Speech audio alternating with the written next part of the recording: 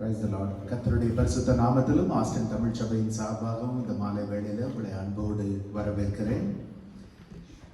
இந்த மாலை வேளையை குறித்து நான் travelling during the weekend and நான் சிந்தித்து கொண்டு வந்த பொழுது என் இருதயத்தில் தோன்றின ஒரு வசனத்தை நாம் பார்த்து ஜெபித்து இந்த ஆராதனை நாம் துவங்குவோம். 1 பேதுரு 5வது அதிகாரம் 6வது வசனம். ஆகையால் ஏற்ற காலத்திலே தேவன் உங்களை உயர்த்தும்படிக்கு அவருடைய பலத்த கரத்துக்குள்ளே அடங்கியிருங்கள். ஸோ வேத வசனங்களுக்கு எப்பொழுதுமே 2 விதமான பரிமாணங்கள் உண்டு. ஒன்று, அது எந்த காலத்தில் எவருக்கு எதற்காக எழுதப்பட்டது என்பது. 1 பேதுருவின் புத்தகத்தை எடுத்தீங்கன்னா யூத ஜனங்களுக்கு, சிதறி கிடக்கிற யூத ஜனங்களுக்கு அவர்கள் உபத்திரவத்தின் நாட்களில பேதுரு எழுதுகிற ஒரு கடிதம் 1 பேதுரு. அது சரித்திரபூர்வமானது. 2வது பரிமாணம் என்ன என்றால், தேவனுடைய வார்த்தை வானங்களிலும் நிலைத்திருக்கிறது இல்லையா? It's a eternal word. அது ஒரு காலகட்டத்திற்கு மாத்திரம் என்பது அல்ல. நான் எப்பவுமே நம்ம நியூ இயர் சர்வீஸ்ல சொல்லுவேன், why I don't call it as a promise words but I call it an anchor words is because of that. கர்த்தருடைய வசனத்துக்கு நம்ம ஜனவரி 1ஆம் தேதி வந்து 31ஆம் தேதி எக்ஸ்பயர் ஆயிடுதுன்றது கிடையாது. அவருடைய வசனங்கள் நித்தியமானவை எப்பொழுதுமே. அந்த நித்தியத்தின் அர்த்தம், நான் வாழ்கிற இந்த காலகட்டத்திற்கு என்ன ஆண்டவரே என்பதுதான் வேத வசனத்தினுடைய 2வது பரிமாணம். பொதுவாக இந்த வசனத்தை நாம் வாசிக்கும் பொழுது கேள்விப்பட்டிருக்கோம், கர்த்தருடைய பலத்த கரத்துக்குள்ள தாழ்மையை குறித்து எழுதுகிறதாய் நாம் கேட்கிறோம். பேதுரு இந்த இடத்துல சொல்லுகிறது என்ன தெரியுமா? அவங்க ஏற்கனவே தாழ்மைப்பட்டு தான் இருந்தாங்க, ஏற்கனவே சிறுமைப்பட்டு தான் இருந்தாங்க. 1 பேதுருவின் புத்தகம் யாருக்கு எழுதப்பட்டது என்று பார்த்தீங்கன்னா, ஒன்று எங்கிருந்து எழுதுகிறார் தெரியுமா? ரோமாபுரியில் இருந்து எழுதுகிறார். AD 62, 63 சமயங்களில் இது எழுதப்பட்டது என்று சொல்லுகிறார். He is in Rome. Already people are subdued, already people are persecuted, already people are oppressed. They don't have a choice of not being submissive. இன்றைக்கு நம்ம பலரை நாம் ரொம்ப நேசிக்கிற மாதிரி நம்ம பேசுறோம், பலருக்கு கீழ்ப்படுகிற மாதிரி நடந்து கொள்ளுகிறோம். ஆனா எத்தனை பேருக்கு உண்மையாக இருதயத்தின் ஆழத்திலிருந்து நாம் கீழ்ப்படுகிறோம்? எத்தனை பேரை உண்மையிலே இருதயத்தின் ஆழத்திலிருந்து நேசிக்கிறோம்? அதே போலதான் அவங்களுடைய நிலைமையும். பேதுரு உங்களுக்கு என்ன சொல்றாரு தெரியுமா?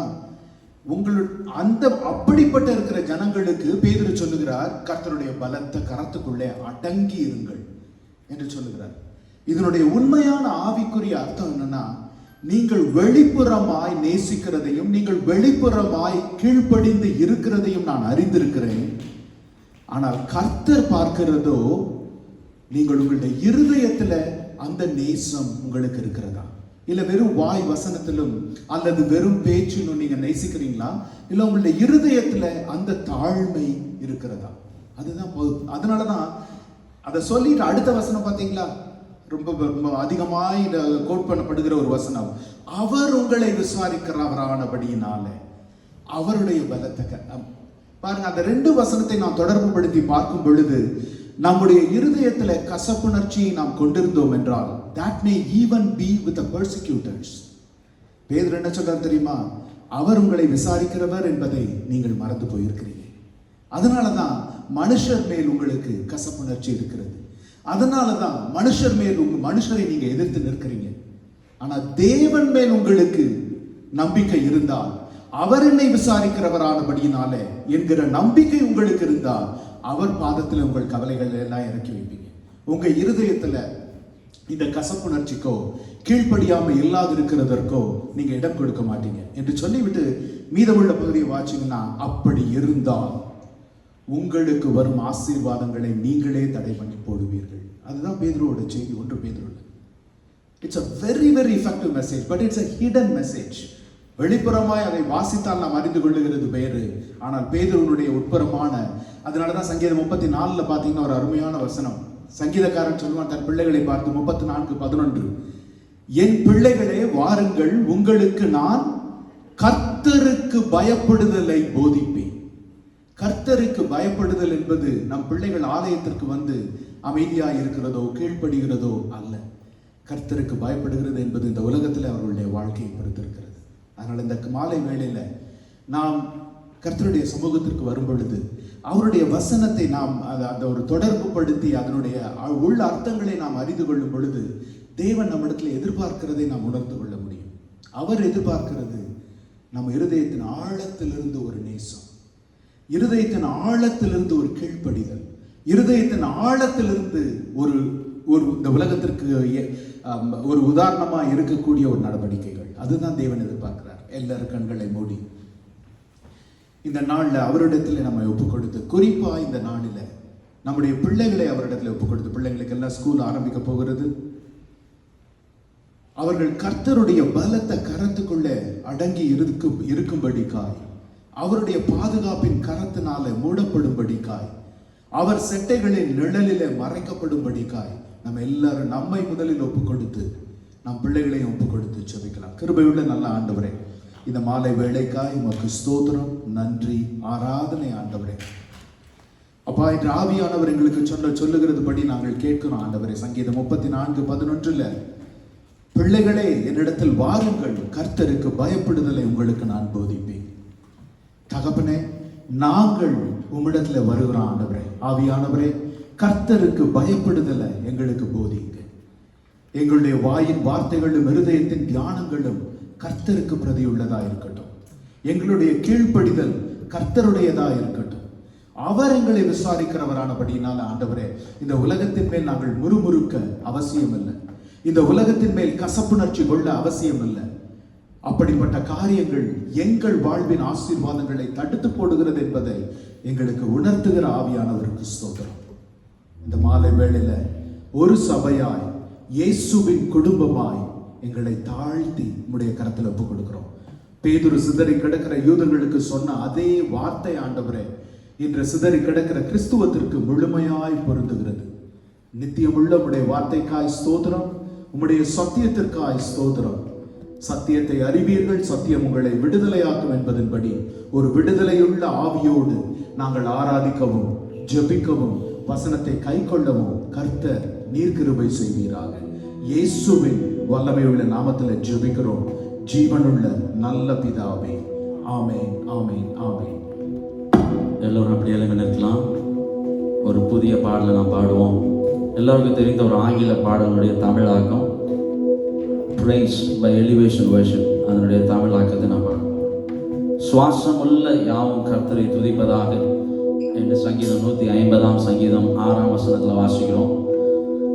எல்லாருக்கும் நம்ம சுவாசத்தோடு நாம் இந்த மாலை வேளையில் கர்த்தரை ஆராதிக்கும்படி கூடி வந்திருக்கிறோம். ஆகவே நாம் வாய்களை திறந்து இருதயத்தின் ஆழ திறந்து கர்த்தரை நாம் துதிக்க போகிறோம். பாடுவோம். ஹல்லேலூயா.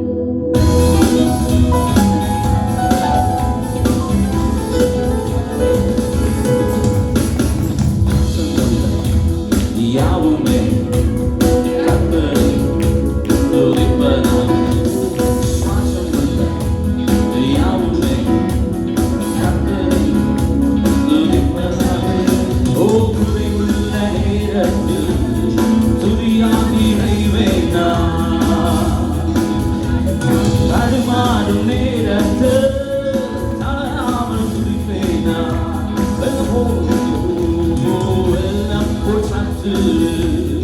என்னை சூழ்ந்தாரு துதி என்ன மாறிய, துதி என்ன மாறிய, ஓ அழகு போவாரே உயிருள்ளவாரே, உயிருள்ளவாரே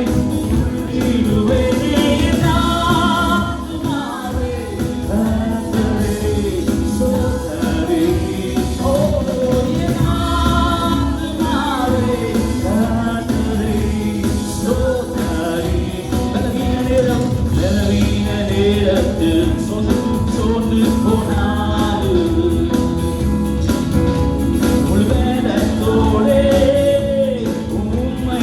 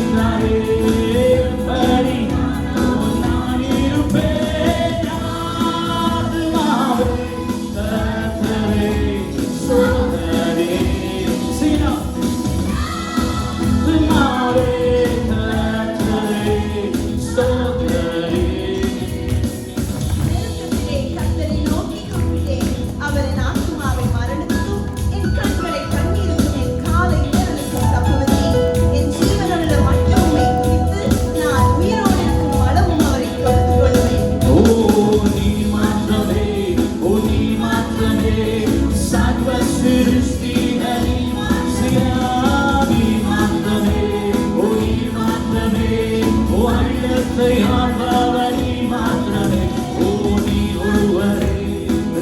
ஒருவரே சர்வ சிருஷ்டி நீ ஒருவரே ஓ நீ ஒருவரே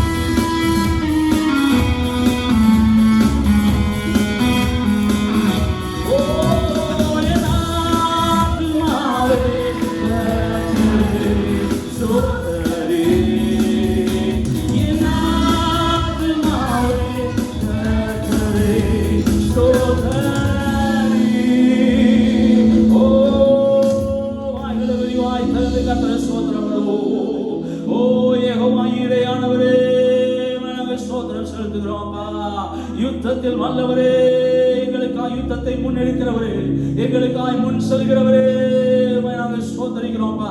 எங்களை காத்தவரே, எங்களை காப்பவரே, இனிமேலும் காப்பவரே, எங்களோடு இருப்பவரே, இருந்தவரே, இனிமேலும் வரப்போகிறவரே, அல்பாவும் ஒமேகாவும் ஆனவரே, முடிவில்லாதவரே, சாவாமை உள்ளவரே, உம்மை நாங்கள் துதிக்கிறோம் ஐயா.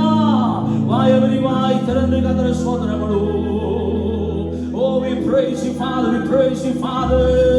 நான் பாடினது போல என் துதி ஒன்றும் துணி அல்ல, அது தகர்க்கும் ஆயுதம். ஹalleluya. சத்துருவின் கோட்டைகளை தகர்த்து எறிகிற ஆயுதம் அது. ஆகவே வாயை விரிவாய் திறந்து ஸ்தோத்திரம் பண்ணுங்க. உங்கள் துதிகளை ஏறெடுங்க. உங்கள் யூதாவை முன்னனுப்புங்கள். ஹalleluya. என் துதி ஒன்றும் துணி அல்ல, தகர்த்திடும் ஆயுதம். என் துதி சத்தத்தாலே எரிகோக்கள் வீழ்ந்திடும். என் துதி வெறும் துணி அல்ல, திரும்ப வருவாய். துதி ஒன்றும் துணி அல்ல, தகர்த்திடும் ஆயுதம். என் துதி சத்தத்தாலே எரிகோக்கள்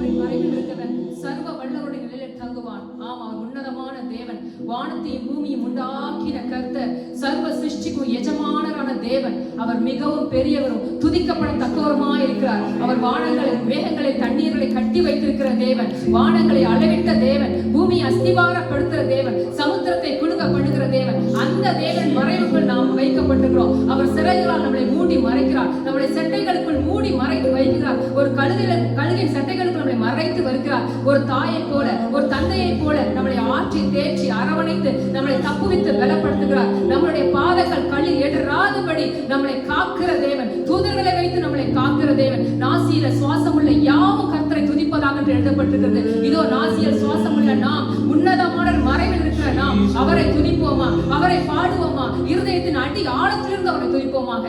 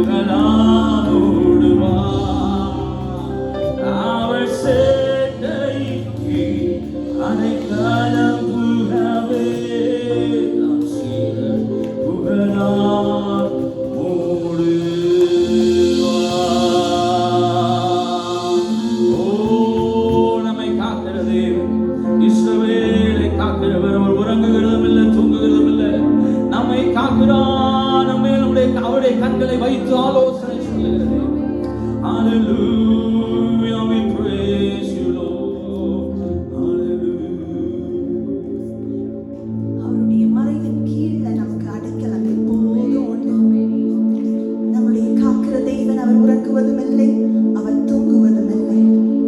அதே ஆண்டவர் இடி முழக்கத்தை இரைச்சல் போல அவருடைய சத்தம் மிகவும் பெரியதாயிருக்கும் என்று யோபு பக்தன் சொல்லுகிறான். அதன் பின்பு யோபு 37:15 சொல்லுகிற போது கிரகிக்க முடியாத காரியங்களை செய்கிற தேவனாயிருக்கிறார் என் தேவன். Yes. இயலாமையில வந்து என்னை தூக்கி எடுக்கிற என் தேவன். இன்றைக்கு வாழ்க்கையில ஏதோ ஒரு சூழ்நிலையில கேள்விகளுக்கு அப்பாற்பட்டு எங்கேயோ நிற்கிறேன். என் தேவன் இதுல எங்க என் தேவன் இருக்கிறார் என்ற கேள்விக்குறியோடு இருந்தார். அந்த தேவன் கிரகிக்க முடியாத காரியங்களை கொண்டு உங்க வாழ்க்கையில செய்வதற்கு என் தேவன் வல்லவராய் இருக்கிறார். சாட்சிக்கு மேலாக சாட்சிகளை கொண்டு செயல்படுகிற தேவன் உங்கள் மூலமாக திட்டவட்டமான காரியங்களை செய்து முடிக்கிறதற்கு என் தேவன் வல்லவராய் இருக்கிறார். இதுவரைக்கும் நடத்தின தேவன் இன்றும் நடத்த வல்லவராய் இருக்கிறார். இனிமேலும் நடத்த வல்லவராய் இருக்கிறார். முடிவு பரியந்தம் நடத்த வல்லவராய் இருக்கிறார். அவர் நல்ல தேவன், காரியங்களை செய்து முடிக்கிற தேவனாய் இருக்கிறார். ஒரு நாளும் விட்டு விலகாத தேவன், இஸ்ரவேலை காக்கிற தேவன், விட்டு விலகுவதும் இல்லை, உங்களை கைவிடுவதும் இல்லை. பாடுவோமா? அந்த குறித்த அந்த ப்ராமிஸ் ஒவ்வொன்றையும் பிடித்துக் கொண்டு, வாக்குறுதிகளை பிடித்துக் கொண்டு பாடுவோம். ஆண்டவரே, இயலாமையில எனக்கு முடியல ஆண்டவரே, ஆனா நீ செயல்படுவீர் ஆண்டவரே. என் கரத்தை பிடித்துக் கொள்ளும் ஆண்டவரே. இன்னைக்கு நான் பழகி போனாலும் உன் கரம் என்ன விலகாது இருக்கட்டும் ஆண்டவரே. என் இயலாமையில் நீ செயல்படுவி, உம் கரம் என்னை விலகாதிருக்கும். என் இயலாமையில்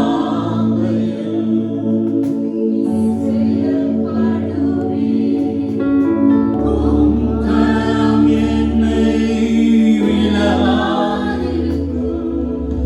மலைகளை பெயர்ப்பீரேனா, தடைகள் உமக்கு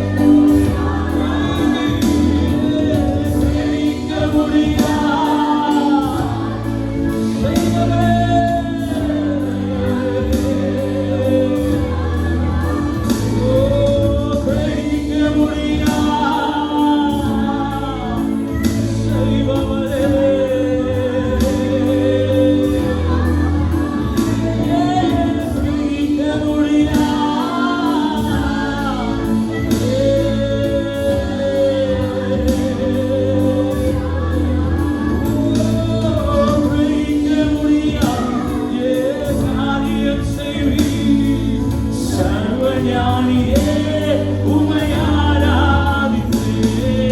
கிரகிக்க முடியாத காரியம் செய்கிறீர். சர்வஞானியே உம்மை ஆராதிக்கிறேன்.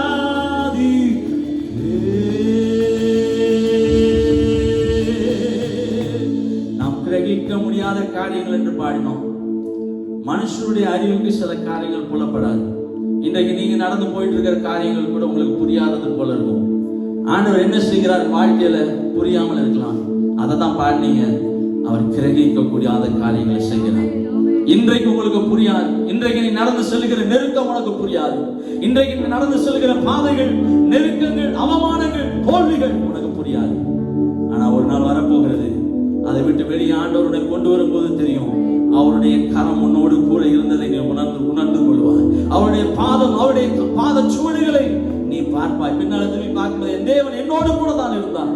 அந்த அவமானத்தின் பாதைகளையும் அந்த நிந்தையின் பாதைகளையும் என் தேவன் என்னோடு கூட இருந்தார் என்பதை நீங்க உணர்ந்து கொள்ளுங்க. அதான் கிரகிக்க முடியாத காரியங்களை செய்கிறீங்கப்பா.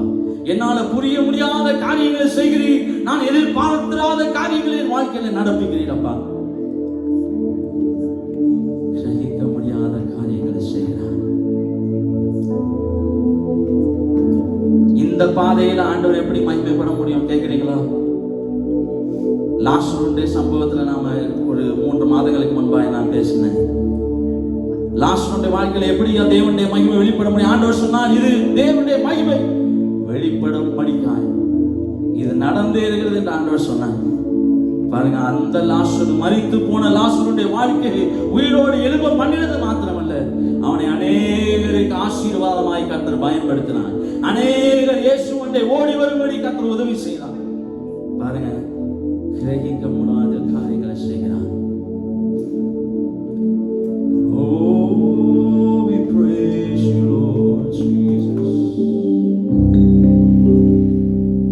உங்க நாமம் உயரணும், இன்று மேன்மை அடையணும்.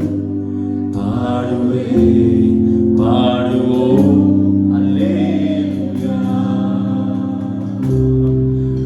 உங்க நாமம் உயரணும், இன்று மேன்மை அடையணும்.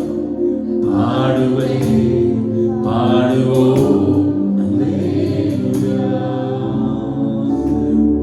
உங்க நாமம் உயரணும், இன்று மேன்மை அடையணும். பாடுவே பாடுவோம் அல்லேலூயா.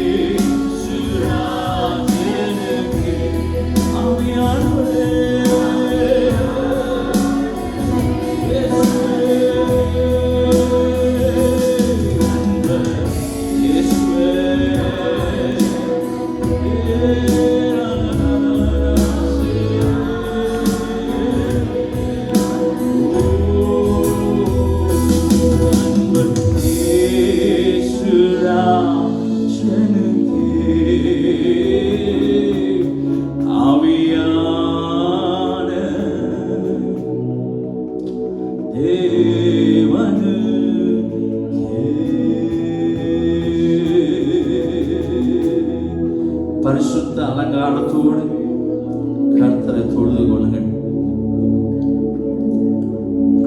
நம்முடைய இருதயத்தில் ஆண்டவரத்தில் கேளுங்க, ஆண்டவரே நம்ம பரிசுத்த அலங்காரத்தோடு, இருதயத்துல சுத்தத்தோடு, கைகளில சுத்தத்தோடு, உம்முடைய நீதியை நம்பி நான் வந்து நிற்கிறேன்ப்பா.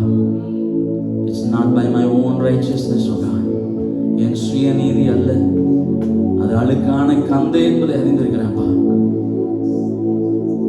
உம்முடைய நீதியினால, நீதியின் சால்வையினால இங்க இருக்கிற ஒவ்வொருவரையும் மூடுவீராக. Father, cover by the cloak of your righteousness. Jesus, cover us, O God. Cover us, O God. Jesus, கண்களை மூடி தேவ பிரசன்னத்தை உணர்ந்தவர்களாய், தேவ பிரசன்னத்தை உணர்ந்தவர்களாய்,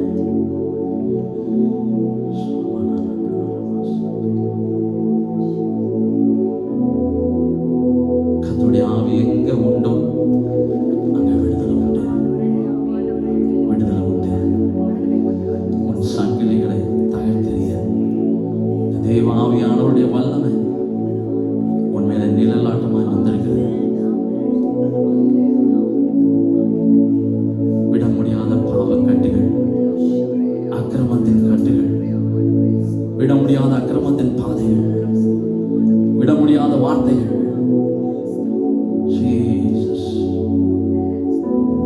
இந்த நேரத்தில் ஆவியானவரை கட்டவிழ்க்கிறார். என் ஜனத்தை போக விடு.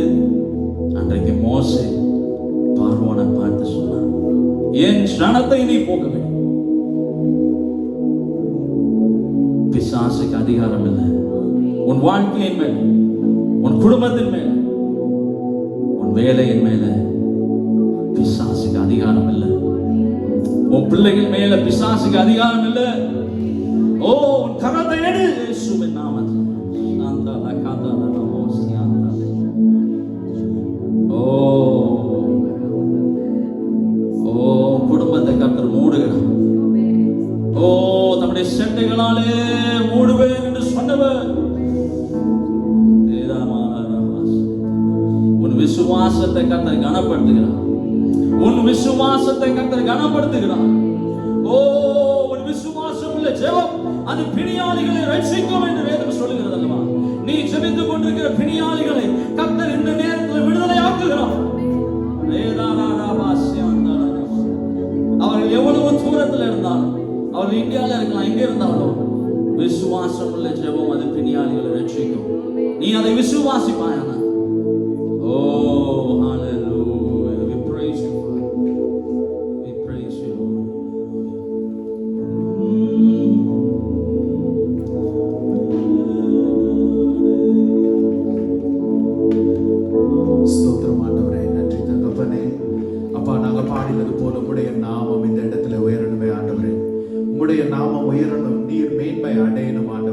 நாங்கள் சிறுகவும் நீர் பெருகவும் இந்த ஆராதனை நாங்கள் ஒப்பு கொடுத்து ஜெபிக்கிறோம் ஆண்டவரே. எங்கள் திறமைகள் அல்ல தகப்பனே, உம்முடைய கிருபை, உம்முடைய இரக்கம் ஆண்டவரே. நாங்கள் பாடினது போல சர்வ ஞானி நீர் மகிமைப்படுவீராக. இயேசுவின் வல்லமையுள்ள நாமத்தில் ஜெபிக்கிறோம் ஜீவனுள்ள நல்ல பிதாவே, ஆமென். Praise the Lord. In the article announcement, hope on August 30th to September 1st we have a retreat. So hope everybody is at paid, and if you haven't, please reach out to Joseph and Mani brothers so that they can help you out, as we need to arrange some logistics. Then in the Bible study in the Friday, it's at Paul and Joy's house. We'll send you an email notification, and probably please join. We are studying the book of Revelations there. Please come join with us. In the birthdays and anniversaries, August 11th to August 17th. Yara Dina, your friend la vaanga, pastor will pray for you. Any birthdays and anniversaries? Okay, thank you. Testimony. So we have a testimony today. I think Asher is sharing his testimony. Hello, I am here to talk about how God has worked in my life. I give all the glory to God for giving me wisdom and interest to play chess from such a young age. I started to play chess when I was 3 years old. I have seen the kindness and goodness of God. I want to thank God for giving me the courage to play and be successful at state and national championships.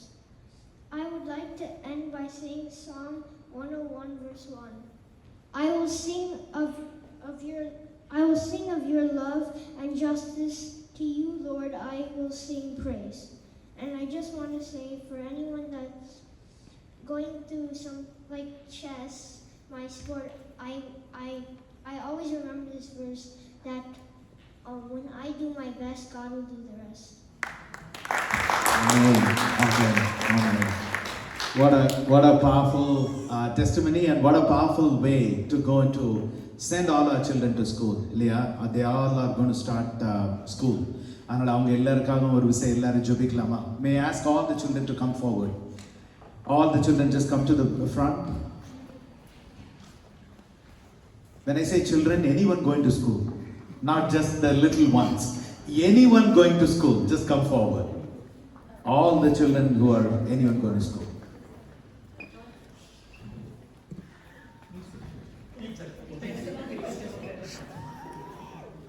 So, kiddos, just look at me for a moment. How many of you watched Olympics? ரெண்டு பேர் தானா? Okay. So, do you know who's Cindy McLaughlin Lebron? Yeah. There you go. So she's a gold medalist, not one gold medalist, multiple gold medalists in the Olympics. Let's just go back and Google about her. And this is one of the athletes. This is the news lover, but you know she is one of the athletes in the interview. So after winning the gold medal, what I have in Christ is far greater than what I have or I don't have in my life. He has prepared me for a moment such as this, that I may use the gifts He has given me to point all the attention back to Him. Amen. So today we sang a song called, I don't know how much of you guys understood that song. It's song that is a song about the omniscience of God, right? Sarva Jnani. You know, for the congregation also, when that song initially came, first time I released on a poem, maybe within that month, I would have sung that song 100 times. I think I shared it here also. I would have sung myself personally. I would have sang it 100 times. You know, ஆரம்பத்தில் நான் சொன்னது போல அவர் உங்களை விசாரிக்கிறவரானபடியினால், because for He cares for you, not just the parents, each and every one of you, He cares for you.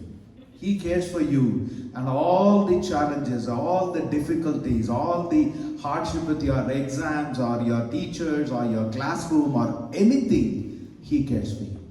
He cares for you, and all things work together for the good of those who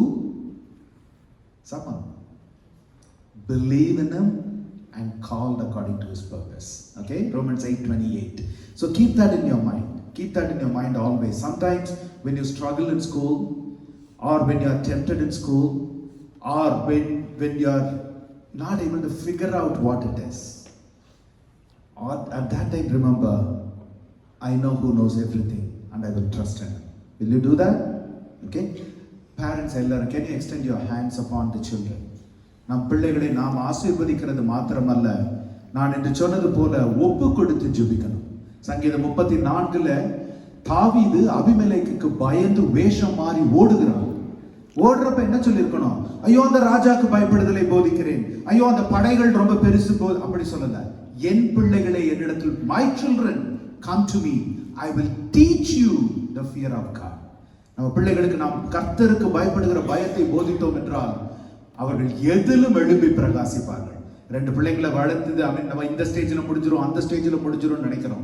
Every stage has got its own cares, and from experience I'm telling you, when we cast our cares upon him, he cares for us. Amen. எல்லாரும் பெற்றோர் எல்லாரும் கரங்களை பிள்ளைகளை நோக்கி நீட்டி நாம ஜெபிக்கலாம். I'm going to pray in English so that the children will understand. Gracious Heavenly Father, Lord, we thank you. We praise you. We give you glory and honor for the inheritance that stands before us, oh Master, right now. Father God, any of us parents in this church, oh Master, if we are asked, if there is one thing that you want in your life, you will lose everything else. I know, in a blink of an eye, we will choose our children. For they are the greatest inheritance that you have given to us, and they have come from you, O Master. They are not our children, they are your children in the first place. Hallelujah. You are children in the first place, O Master. And you have used us to bring them into this world. Father God, right now, we commit our children unto you, Lord. We surrender our children unto you, O Master, with all their glories and successes like Asher shared, or with all their struggles and challenges, whatever it may be, physical, emotional, academic, and everything. Father God, we surrender them unto you, Lord. We commit them unto you, Lord. Give us a heart to teach them to fear you, not fear the dad, not fear the mom, not fear the teachers, not fear the world. When they have the fear of God in their hearts, Father God, they don't need to fear for anyone in this world. And Father God, we bless our children in the name of the Father and of the Son and of the Holy Spirit, O Master.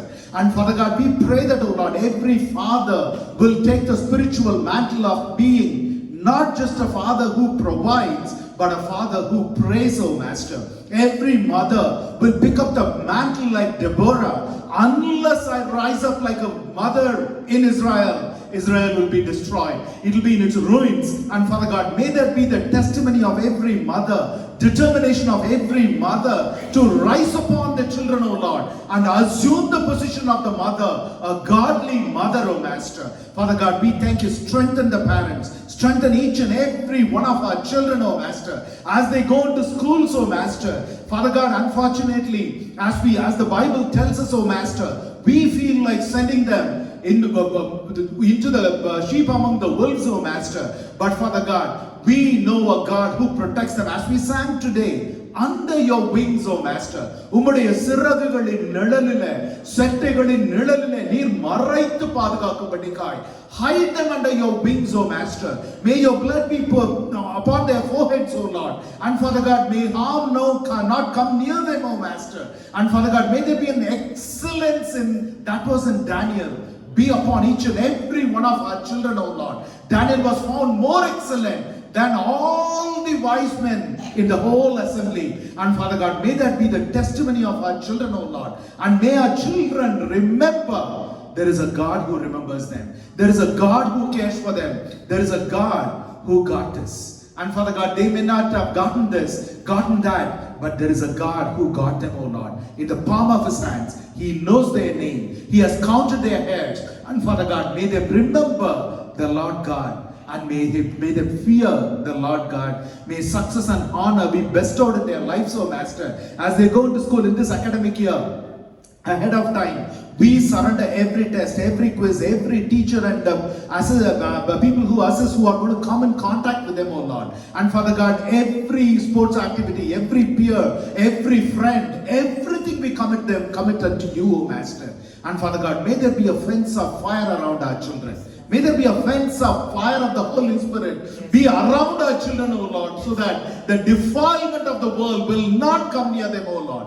Surrender them unto you, Master. Surrender them unto you, and may them excel in everything that they do, so that as we read in the quote today, it may be a gold medal, it may be a national championship, it may be an academic excellence, it may be a sporting success. Everything, O Lord, our children will use to point everything back to you and you alone. May your name alone be honored in and through our children, O Master. In the matchless name of our Lord and Savior, who conquered life and death, in Jesus' name we pray. Amen. Amen. Amen. And also, Lord, those who are working in the academics, teachers, like let's keep them in prayer. Not only them, but also those who are come in contact with our teachers, with our children, in every school, in every place, in everywhere, right? So, I mean, it is statistically they are saying only half of the teachers are actually Christians, believers in this nation. Just because you have a Christian name, just because you are in a church, you don't become a Christian. Unless and otherwise you believe from the bottom of your heart. Our children are going into an environment like this. We assume, oh, this is a Christian nation, this is a Christian school, or it's everybody's. That's not the environment they walk into. Would we commit them into God's hands? Father God, at this time, even our children may not know, or we may not know who are the teachers who are going to come into contact, oh Lord. But in our church, oh Master, Father God, Evenings and Joy, we surrender unto you, Lord. And Father God, and every teachers who are going to come in contact with our children, oh Master. And Father God, may the filter of God be in their minds, oh Master. These are such young minds, oh Lord. And Father God, we pray for the teachers to sow the good seeds in their heart, oh Master. And Father God, you will uproot from our children's heart everything that the Father has not planned or planted, oh Lord. And Father God, we surrender the teachers, we commit them, oh Lord. Evenings and Joy especially, we commit them, oh Lord. And Father God, may them be ambassadors of Christ in the workplace, oh Master.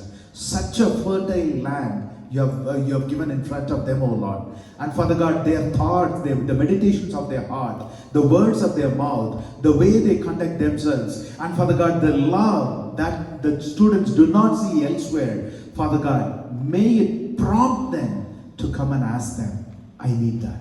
Let that kind of love, similarly our students, oh Lord, the love that is in them, the joy that is in them, the care that is in them, may it attract their friends, oh Master, so that we will be a light shining brighter and brighter in the world for you. In Jesus' most precious name we pray. Amen. Amen. Children are dismissed for Sunday school. So in the நாளிலே நாம் கர்த்தருடைய வசனத்திற்கு கடந்து செல்லும் பொழுது, I know there is a second part of my message that I started last week. பரிசுத்த ஆவியானவருடைய அபிஷேகத்தினுடைய அடையாளங்கள், மறைந்திருக்கிற அடையாளங்கள் வேதத்திலிருந்து பார்த்து கொண்டிருக்கிறோம். பட் as traveling இந்த வாரத்தில் நம்ம will continue in the next week. இந்த நாளில் ஜோலு நம்ம மத்தியில் கர்த்தருடைய வசனத்தை பகிர்ந்து கொள்ளுவாங்க. Just welcome. ஹalleluya. சத்தமா சொல்லுங்க ஹalleluya. கர்த்தர் நல்லவர். ஆமென். எத்தனை பேர் விசுவாசிக்கிறீங்க? நல்லவரா இருக்கிறாரா? சொல்லுங்க, சத்தமா சொல்லுங்க ஹalleluya. ஆமென். நான் இன்றைக்கு உங்களிடத்தில் பகிர்ந்து கொள்ளும்படி நான் காத்திருந்த போது ஆண்டவர் ஒரு பகுதியை எனக்கு காண்பித்தார். அந்த பகுதியை முழுவதும் நான் உங்களிடத்தில் பேசாமல் அதிலிருந்து ஒரு வார்த்தை என்னுடைய இருதயத்தில் பேசும்படி ஆண்டவர் ஏவினதுனால அதிலிருந்து நான் உங்களோடு பேசும்படி விரும்புகிறேன். யோவான் எழுதின சுவிசேஷம் 1ஆம் அதிகாரம் 35ஆம் வசனத்திலிருந்து 42ஆம் வசனம் முடிய. யோவான் எழுதின சுவிசேஷம் 1ஆம் அதிகாரம் 35லிருந்து 42. யாராவது வாசிங்க பார்ப்போம். ஓகே, டைம் இல்லை, அதனால் முதல் 39 வரைக்கும் வாசிங்க போதும். மறுநாளிலே யோவானும் அவருடைய சீஷர்கள் 2 பேரும் இருக்கும்போது இயேசு நடந்து போகிறதை அவன் கண்டு, இதோ தேவ ஆட்டுக்குட்டி என்றான். அவன் அப்படி சொன்னதை அவ்விரண்டு சீஷரும் கேட்டு இயேசுவுக்கு பின் சென்றார்கள். இயேசு திரும்பி அவர்கள் பின் செல்கிறதை கண்டு, என்ன தேடுகிறீர்கள் என்றார். அதற்கு அவர்கள், ரபி, நீர் எங்கே தங்கியிருக்கிறீர் என்று கேட்டார்கள். ரபி என்பதற்கு போதகரே என்று அர்த்தமாம். அவர் வந்து பாருங்கள் என்றார். அவர்கள் வந்து அவர் தங்கியிருந்த இடத்தை கண்டு அன்றைய தினம் அவரிடத்தில் தங்கினார்கள். அப்பொழுது ஏறக்குறைய 10 மணி வேளையா இருந்தது. பாருங்க, யோவானுடைய சீஷர்கள் 2 பேர். உங்களுக்கு இந்த சம்பவம் தெரியும். அதிகமாக நான் அதில் டைம் ஸ்பெண்ட் பண்ண விரும்பல. 2 யோவானுடைய சீஷர்கள் வந்து இயேசுக்கு பின் செல்கிறார்கள். இயேசு திரும்பி அவர்களை பார்த்து அவர்களை என்ன தேடுகிறீர்கள் என்று கேட்டார். இயேசுனுடைய ஊழியத்தினுடைய ஆரம்பம், அவருடைய முதல் கேள்வி யோவான் சுவிசேஷத்தை வாசித்து பார்த்தீங்கன்னா, this is the first question Jesus asked. முதலாவது கேள்வி இயேசுனுடைய வாயிலிருந்து வந்தது. என்ன கேட்டார் சொல்லுங்க, எல்லாரும் சொல்லுங்க, என்ன கேள்வி கேட்டார்? சத்தமா சொல்லுங்க, அண்ணா மட்டும் தான் சொல்றாங்க, எல்லாரும் சொல்லுங்க, என்ன தேடுகிறீர்கள்? What are you seeking after? நீர் என்ன தேடிக்கொண்டிருக்கிறாய்? அதுதான் முதல் கேள்வி. இதே யோவான் சுவிசேஷத்துல கடைசிக்கு போய் பார்த்தீங்கன்னா 20ஆம் அதிகாரத்தில் பாருங்க, 11ஆம் வசனத்திலிருந்து 17ஆம் வசனம் வரைக்கும் மகதலேனாள் மரியாள் இயேசுனுடைய கல்லறைக்கு போகிறாள். இயேசு அவளுக்கு அருகாமையில் இருக்கிறாள். அவள் இயேசுவை மரித்த சரீரத்தை காணும்படி சென்ற மகதலேனாள் மரியாளுக்கு இயேசு காட்சி கொடுத்து அவர் கேட்ட கேள்வி என்ன? 15ஆம் வசனம் பாருங்க. ஸ்திரீயே, வாசிங்க. ஏன் அழுகிறாய்? யாரை தேடுகிறாய்? இயேசுனுடைய ஊழியத்தினுடைய துவக்கமும் ஒரு கேள்வி ஆண்டவர் கேட்கிறாரு, நீ என்ன தேடுகிறாய்? என்ன தேடுகிறீர்கள்? What are you seeking after? முதல் கேள்வி. இரண்டாவது, அவருடைய ஊழியத்தினுடைய கடைசிக்கு போய் பார்த்தீங்கன்னா 21ஆம் அதிகாரத்தில் பேதுருவோடு சில கேள்விகள், 3 கேள்விகளை கேட்கிறார். அதற்கு முன்பாக அவருடைய ஊழியத்தினுடைய கடைசியில் இயேசு கேட்கிற கேள்வி என்ன தெரியுமா? ஸ்திரீயே, நீ யாரை தேடுகிறாய்? Whom are you seeking after? What are you seeking? நீ எதை தேடுகிறாய்? யாரை தேடுகிறாய்? இந்த கேள்விதான் என்னுடைய இருதயத்தில் இந்த வாரம் முழுவதும் ஆவியானவர் பேசிக்கொண்டே இருந்தார். அதனால அதிலிருந்து சில காரியங்களை, வேதத்தில் அநேகம் தேடுதல்களை குறித்து சொல்லப்பட்டிருக்கிறது. Seeking after certain things of this world, இல்லையா? உலகத்தில் காணப்படுகிற காரியங்களை குறித்து தேடுகிறதை குறித்தெல்லாம் வேதம் அதிகமாக சொல்லுகிறது. ஆனால் நான் எல்லாவற்றையும் உங்களுக்கு நான் சொல்ல விரும்பவில்லை. எனக்கு ஆவியானவர் பேசின சில காரியங்கள், நாம் எதை தேடக்கூடாது, எதை தேட வேண்டும் என்கிற ஒரு தலைப்பில் நாம் இன்றைக்கு பார்க்கலாம். இயேசுடைய, நான் ஏற்கனவே சொன்னது போல, இயேசுடைய துவக்கமும் ஊழியத்தின் துவக்கமும் அவருடைய முடிவிலும் ஆண்டவர் இதே கேள்வியை கேட்கிறார். இது கிரேக்க மொழியில் பார்த்தீங்கன்னா டிஸ் ஜெட்டாயோ என்கிற பதம் பயன்படுத்தப்பட்டிருக்கிறது. அந்த டிஸ் என்றால் ஹூ, வாட் ஆர் விச். நீ எதை தேடுகிறாய் அல்லது யாரை தேடிக்கொண்டிருக்கிறாய்? நீ எதை தேடுகிறாய் அல்லது யாரை தேடிக்கொண்டு, whom do you seek or what do you seek? அதே மாதிரி ஜெட்டாயோ என்பது ஆழமான ஆழத்துல, உள்ளத்தின் ஆழத்திலிருந்து நீ யாரை தேடிக்கொண்டிருக்கிறாய் அல்லது எதை தேடிக்கொண்டிருக்கிறாய்? இயேசுனுடைய கேள்வி பாருங்க. இயேசுக்கு நல்லா தெரியும் இந்த சீஷர்கள் யோவான் இடத்திலிருந்து வருகிறார்கள் என்பது தெரியும். யோவான் அப்பொழுதுதான் இயேசுவை குறித்து சாட்சி சொன்னான்.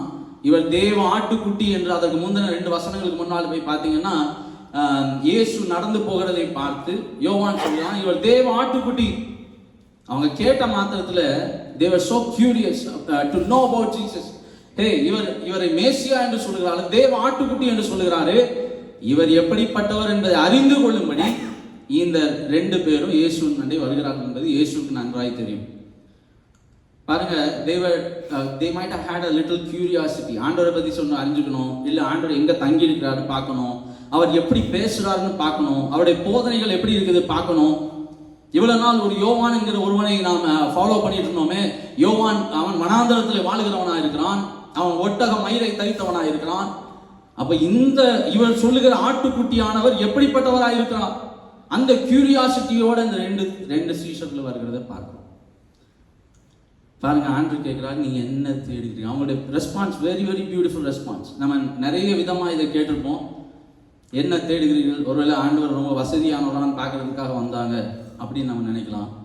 ஆனா பாருங்க, அவங்க வந்ததுக்குரிய நோக்கம் என்ன?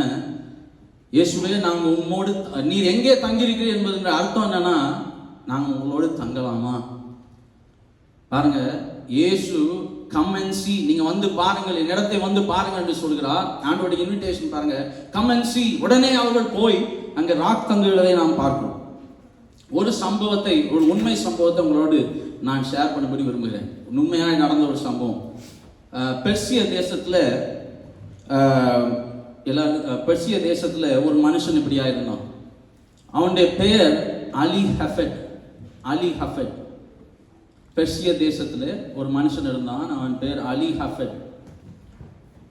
அவன் ஐஸ்வர்யவானா இருந்தான். he was very rich, so he was content in his heart. அவனுடைய இருதயத்துல ஒரு ஒரு ஒரு அமைதி இருந்தது. he was content, போதும் என்கிற ஒரு மனதோடு இருந்தான் அலி ஹஃபட். பாருங்க, ஒரு நாள் ஒரு புத்த பிட்சு அவனை பார்க்கும்படி வந்தார். a Buddhist monk, he came. வந்துவிட்டு சொன்னார், அந்த அவனை பார்த்து சொன்னார், அவன் அநேகம் தோட்டங்கள், துறவுகள், நிறைய ஏக்கர் கணக்கில் நிலத்தை வைத்திருந்தான் அலி ஹஃபட். அவனிடத்துல வந்து அந்த புத்த பிட்சு சொன்னார், ஒரு பெரு விரல் அளவு, லைக் ஒரு பெரு விரல் அளவு உனக்கு ஒரு வைரம் இருக்குமே, ஆனால் if you would have a diamond with you, ஒரு பெருவரல் அளவு ஒரு வைரக்கல் உன்னோட இருக்குமானால் நீ இந்த தேசத்தையே விலைக்கு வாங்கி விடலாம், அவ்வளவு விலையேற பெற்றது அந்த வைரக்கல் என்று சொன்னாராம்.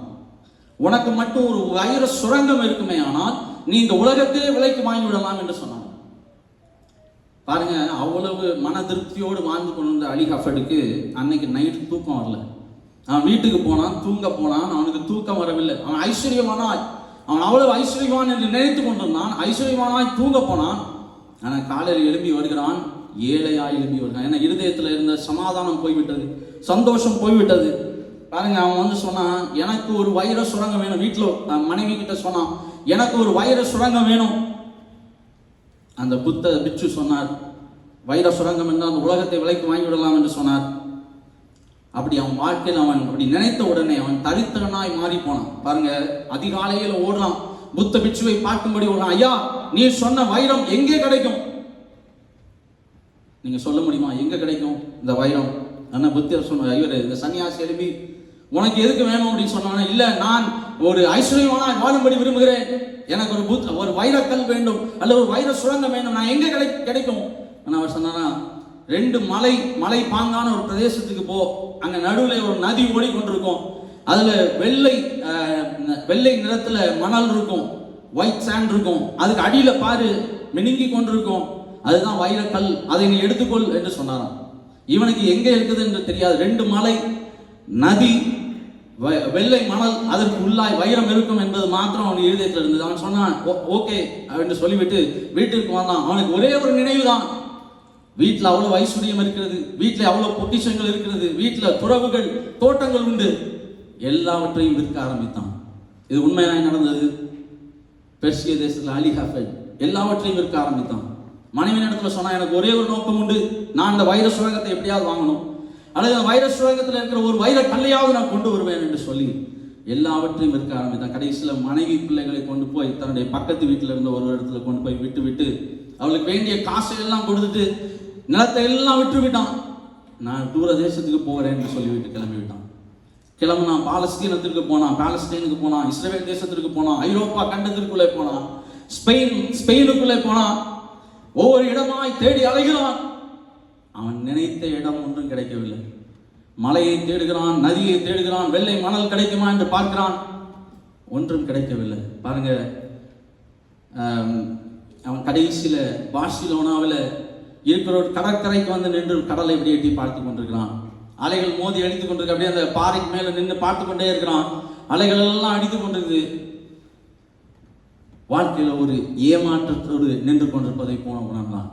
எல்லாவற்றையும் இழந்து விட்டேன், கையில் இருந்த காசு செலவழிந்து போய்விட்டது, போட்டிருந்த வஸ்திரங்கள் அழுக்காகிவிட்டது, வஸ்திரங்கள் கிழிய தொடங்கிவிட்டது, கையில ஒன்றும் இல்லை, வாழ்க்கை வெறுமையாய் காணப்பட்டது. அலி ஹஃபட் அந்த பாறையின் மேலே நின்றவன் அப்படி யோசிச்சு கொண்டே இருந்தான். அலைகள் அடிக்கும் போது அந்த பாறையிலிருந்து விழுந்து தன்னுடைய உயிரை மாய்த்து கொண்டான். சம்பவம் அதோடு முடியவில்லை. அவன் விட்டு போனானே, அந்த நிலத்தை வாங்கினவன், இவனிடத்திலிருந்து வாங்கினான் பார்த்தீங்களா. ஒரு நாள் அவன் தன்னுடைய ஒட்டகத்தை தூக்கி கொண்டு போய் தண்ணியில கொண்டு போய் காட்டுறதுக்காய், தண்ணி குடிப்பதற்காக கொண்டு போனான். அதே தோட்டம் தான், இவன் வைத்திருந்த அதே தோட்டம் தான். போய் தண்ணீரை முகந்து குடித்து கொண்டிருக்கும் போது திடீர்னு பார்க்கிறான், அதனுடைய மூக்கில் ஏதோ ஒன்று மினுங்குகிறதே என்று பார்த்தான். Something is shining. ஒன்று பக்கத்தில் போய் பார்க்குறான், ஏதோ ஒரு கல், அதை எடுத்தான். வீட்டில் இவனுக்கு இது என்னன்னு தெரியவில்லை, வீட்டில் கொண்டு போய் அலமாரியில் வைத்து விட்டான். ஒரு நாள் அதே புத்த பிட்சு அவனுடைய வீட்டிற்கு வருகிறான். யாருடைய வீட்டிற்கு? அலி ஹஃபட் இடத்துல வாங்கினானே அந்த வீட்டிற்கு புத்த பிட்சு வந்தார். அலமாரியை பார்த்த உடனே அலமாரியில பார்க்கிறார். அந்த அந்த மினுங்குகிற கல்லை பார்த்தார். பார்த்தவொடனே உனக்கு இது என்னவென்று தெரியுமா என்று கேட்டார். அவன் சொன்னான், எனக்கு தெரியாது. என்னுடைய நதியில நான் பார்த்தேன், என் ஒட்டகம் போய் அதை தண்ணி குடித்து கொண்டிருந்தது. மூக்கில் பார்த்தேன், அதில் மினுங்கி கொண்டதை எடுத்து கொண்டு. அவன் சொன்னான், இதுதான் வைரக்கல். This is the diamond. இது ஒரு வைரக்கல். இதனுடைய விலை உனக்கு தெரியுமா, விலை மதிப்பு உனக்கு தெரியுமா என்று கேட்டான். எனக்கு தெரியாது என்று சொன்னான். பாருங்க, அந்த மனுஷன் அந்த வைரக்கல்லை விற்றான். அது மாத்திரமல்ல, அந்த அலி ஹஃபடை குறித்து அந்த அலமாரியில இருந்து அந்த கல்லை எடுத்து இதான் வைரக்கல் என்று இந்த புத்த பிட்சு சொன்னதுக்கு அப்புறம் இந்த மனுஷன் என்ன பண்ணா, ஒவ்வொன்றா எங்க போய் அந்த நதியில தேட ஆரம்பித்தான். பார்த்தால் உலகத்திலேயே மிகப்பெரிய வைர சுரங்கம் கோல்கொண்டா என்கிற வைர சுரங்கம் அலி ஹஃபட் இருந்த அதே வீட்டிற்குள்ளதான் இருந்தது. அலி ஹஃபட் இருந்த அதே வீட்டிற்குள்ளதான் இருந்தது. இங்கிலாந்து மகாராணிக்கு கொண்டு செல்லப்பட்ட வைரக்கல்லும் அதே கோல்கொண்டா என்கிற அந்த சுரங்கத்திலிருந்து எடுக்கப்பட்டது என்று சரித்திரம் சொல்கிறது. பாருங்க, அவனும் பார்சிலோனாவிலே கடல்ல விழுந்து செத்தான். தன் வீட்டில் இருந்த ஒரு பொக்கிஷத்தை தனக்கு தெரியாததுனால, தன் வீட்டிற்குள்ளே தான் தேடாததுனால அலி ஹஃபட் அவனுடைய வாழ்க்கை பரிதாபமாய் முடிந்ததை நாம் பார்க்கிறோம். எங்கேயோ தேடி சென்றான், எதையோ தேடி சென்றான். பாருங்க, மனுஷனுடைய வாழ்க்கையில நம்ம எல்லாரும் உலகத்துல வாழ்கிறோம். We all have human desires. We all have human desires. Human seeking. எதையோ ஒன்றை தேடுகிறோம், எதையோ தேடுகிறோம், எங்கேயோ தேடுகிறோம். ஆனால் தேட வேண்டிய இடத்திலே நாம் தேட மாட்டேங்கிறோம். நாம் தேட வேண்டிய இடத்திலே தேட மாட்டேன். ஒரு நாள் ஆண்டவர் கேட்கிறார் சீஷர்களை பார்த்து, நீங்கள் எதை தேடுகிறீர்கள்? What are you seeking after? Magdalena மரியாளை பார்த்து கேட்கிறார், யாரை தேடுகிறார்? யாரை தேடுகிறார்? 2 கொரிந்தியர்கள் எழுதின 2ஆம் நிருபம் 4ஆம் அதிகாரம் 6 முதல் 9 வசனங்களை வாசிப்போம். 7ஆம் வசனம் மாத்திரம் வாசிங்க, டைம் இல்லை. 7வது வசனம் இல்லை, 2 கொரிந்தியர் 4ஆம் அதிகாரம் 7ஆம் வசனம். இந்த மகத்துவமுள்ள வல்லமை உங்களால் உண்டாயிராமல் தேவனால் உண்டாயிருக்கிறது என்று விளங்கும்படி இந்த பொக்கிஷத்தை மண்பாண்டங்களிலே பெற்றிருக்கிறோம். எதை பெற்றிருக்கிறோம்? பொக்கிஷத்தை மண்பாண்டத்திலே. ஐயா, பொக்கிஷம் என்ன தெரியுமா? தேவனும் அவருடைய வல்லமையும். அதுக்கு முந்தின வசனத்தை பாருங்க. அவருடைய மகிமையின் அறிவாகிய ஒளியை தோன்ற பண்ணும் பொருட்டாக உங்கள் இதயங்களில் பிரகாசித்தார். இந்த மகத்துவம் உள்ள வல்லமையை எங்க பெற்றிருக்கிறீங்க? மண் பாண்டங்கள். பொக்கிஷமாகிய இந்த வல்லமை பாருங்க, நமக்குள்ளே இருக்கிற பொக்கிஷத்தை விட்டு அநேக நேரம் நம்முடைய இருதயம் எங்க போகுது தெரியுமா? எங்கெல்லாமோ போய் கொண்டிருக்கு, உலகத்தை தேடி ஓடுது. நான் சில காரியங்களை உங்களோட பேசும்படி விரும்புகிறேன். எதை நான் தேடக்கூடாது? நான் அந்த பிலிப்பியருக்கு எழுதின நிருபம் 3ஆம் அதிகாரம் 7 முதல் 11 வசனங்கள். 7ஆம் வசனம் மாத்திரம் வாசிங்க. ஆகிலும் எனக்கு லாபமா இருந்தவைகள் எவைகளோ அவைகளை கிறிஸ்துவுக்கென்று நஷ்டம் என்று விட்டேன். பாருங்க, பவுலுக்கு லாபமா இருந்த அநேக காரியங்கள் இருக்கும். அவனுடைய எஜுகேஷன், அநேக காரியங்கள் அவனுக்கு லாபமா இருந்திருக்கும். ஆனால் அவைகளை கிறிஸ்துவுக்கென்று நஷ்டம் என்று விட்டேன். நமக்குள்ள தேவன் ஒரு பொக்கிஷத்தை வைத்திருக்கிறார். எத்தனை பேர் விசுவாசிக்கிறீங்க? அவருடைய வல்லமை, தேவனுடைய வல்லமை, அவரை அறிகிற அறிவு என்ற பொக்கிஷத்தை நமக்குள்ள இந்த மண் பாண்டத்திலே கர்த்தர் தந்திருக்கிறார். உலக மனுஷன் அநேகம் காரியங்களை நாடி தேடுகிறான். பாருங்க, ஆண்டவரே ஒரு காரியத்தை சொன்னார், உலகத்தார் நாடி தேடுகிறார்கள். எதை நாடி தேடுகிறார்கள்? மத்தேயு எழுதின சுவிசேஷம் 6ஆம் அதிகாரம் 31, 32 வசனங்கள் வாசிங்க பாருங்க. மத்தேயு 6, 31, 32.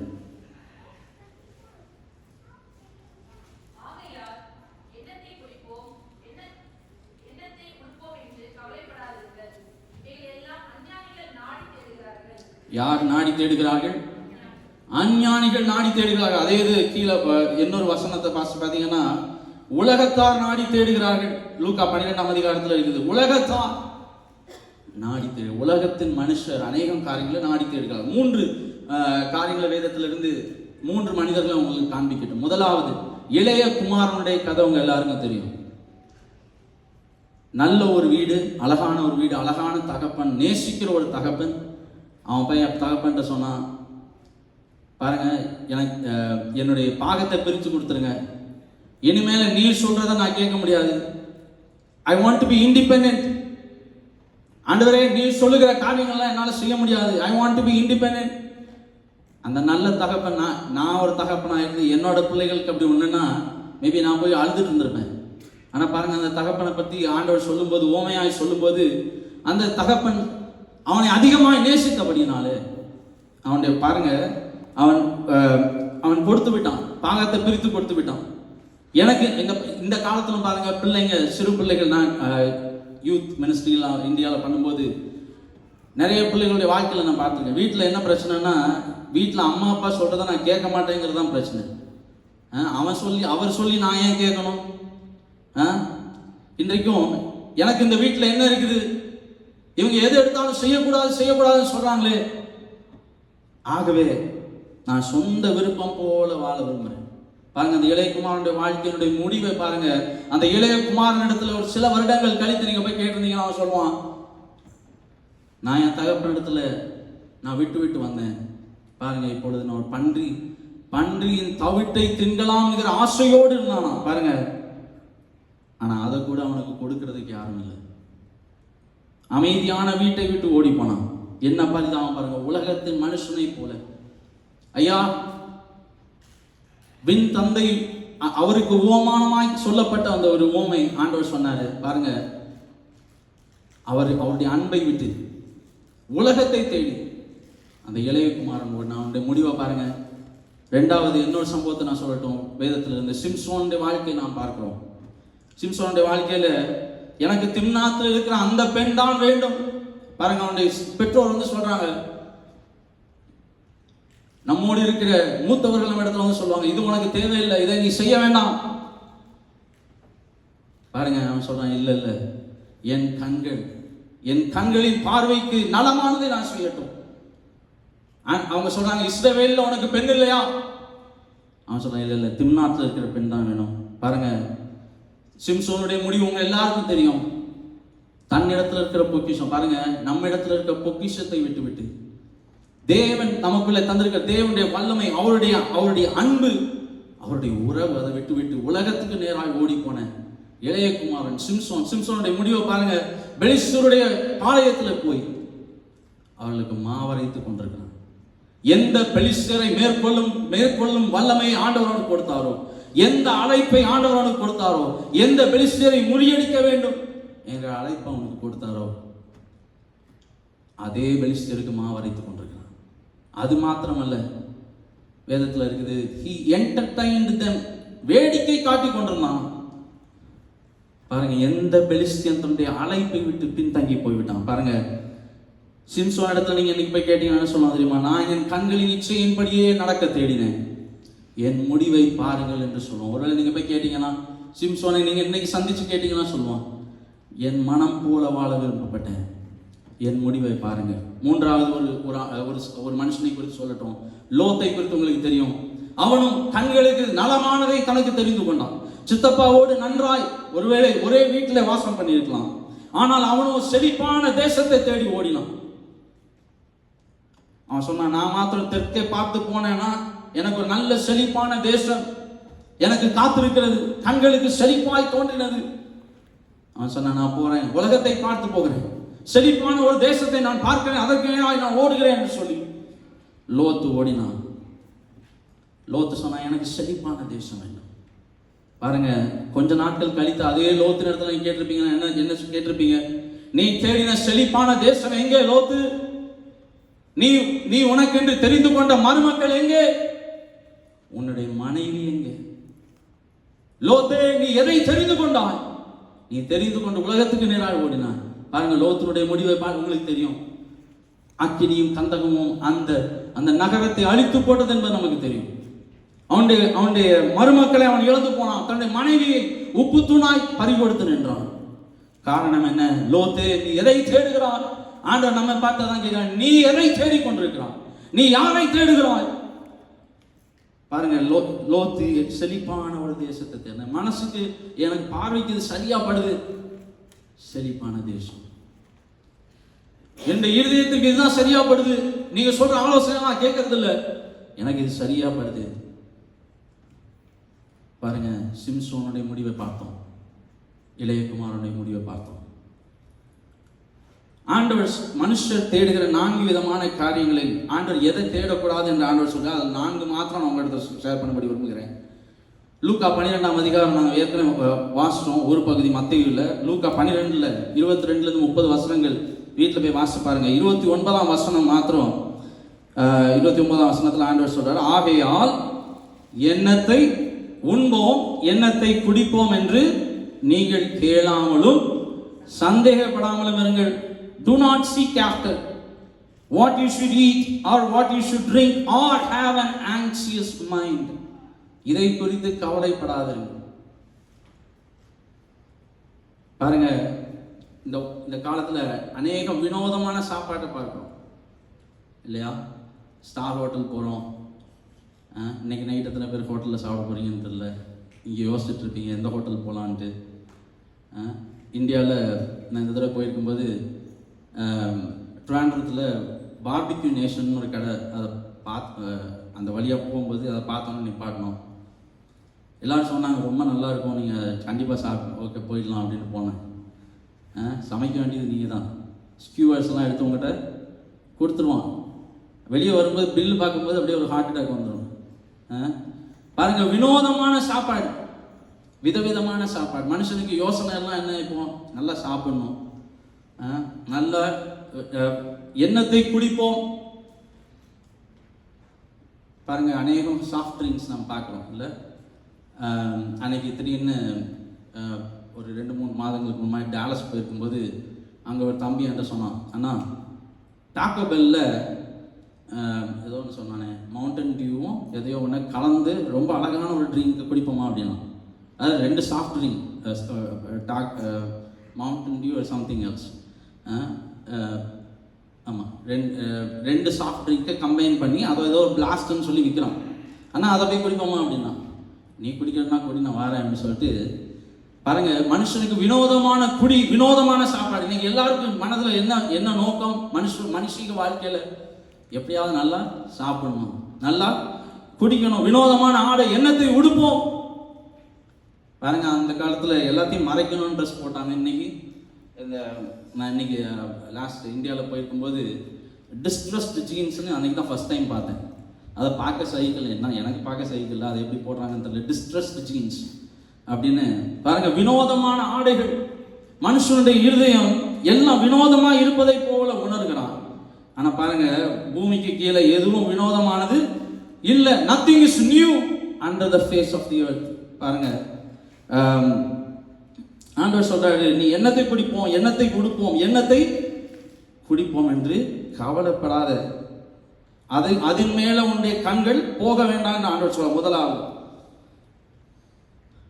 மத்தேயு 6ஆம் அதிகாரம் 31-32 ஏற்கனவே வாசம். 2வது ஆண்டவர் எதை தேட வேண்டாம் என்று சொல்ல. முதலாவது எதை குடிப்போம் எதை உண்போம் என்பதை தேடாதீங்க. 2வது அடையாளத்தை தேடுகிறார்கள். மனுஷர் அடையாளத்தை தேடுகிறார்கள். மத்தேயு 16ஆம் அதிகாரம் 1 முதல் 4 வசனங்கள் வாசித்து பார்த்தீங்கன்னா, a wicked and adulterous generation seeks after a sign. இந்த பொல்லாத விபச்சார சந்ததியார் அடையாளம் தேடுகிறார்கள். யோனா தீர்க்கதரிசி அடையாளமே அன்றி வேற அடையாளம் இவர்களுக்கு கொடுக்கப்படுவதில்லை என்று சொல்லி அவர்களை விட்டு போனார். அவர்களிடத்துல விசுவாசம் இல்லை, ஆண்டவரிடத்துல அடையாளத்தை கேட்கிறார்கள். பாருங்க, தோமாவின் இடத்துல ஆண்டவர் வந்து சொன்னார், விசுவாசிக்கிறவர்கள் பாக்கியவான்கள், காணாதிருந்து விசுவாசிக்கிறவர்கள் பாக்கியவான்கள். என்றைக்கோ ஒரு நாள் நம்ம அடையாளம் கேட்டால் ஒருவேளை ஆண்டவர் செய்யலாம், நான் செய்ய மாட்டார் என்று சொல்லவில்லை. கிதியோனுக்கு 2 முறை ஆண்டவர் அடையாளத்தை காண்பித்தார். ஆனால் ஆண்டவர் சொல்றாரு, நீ கண்டு விசுவாசிப்பதை காட்டிலும் எப்படி விசுவாசிக்கணும்? காணாமல் விசுவாசி. பாருங்க, தோமாவை பார்த்து அதான் சொன்னார், விசுவாசிக்காமல் சிலர் அடையாளத்தை தேடுவார்கள், விசுவாசிக்கிறவளே பாக்கியவதி என்று எழுதியிருக்க.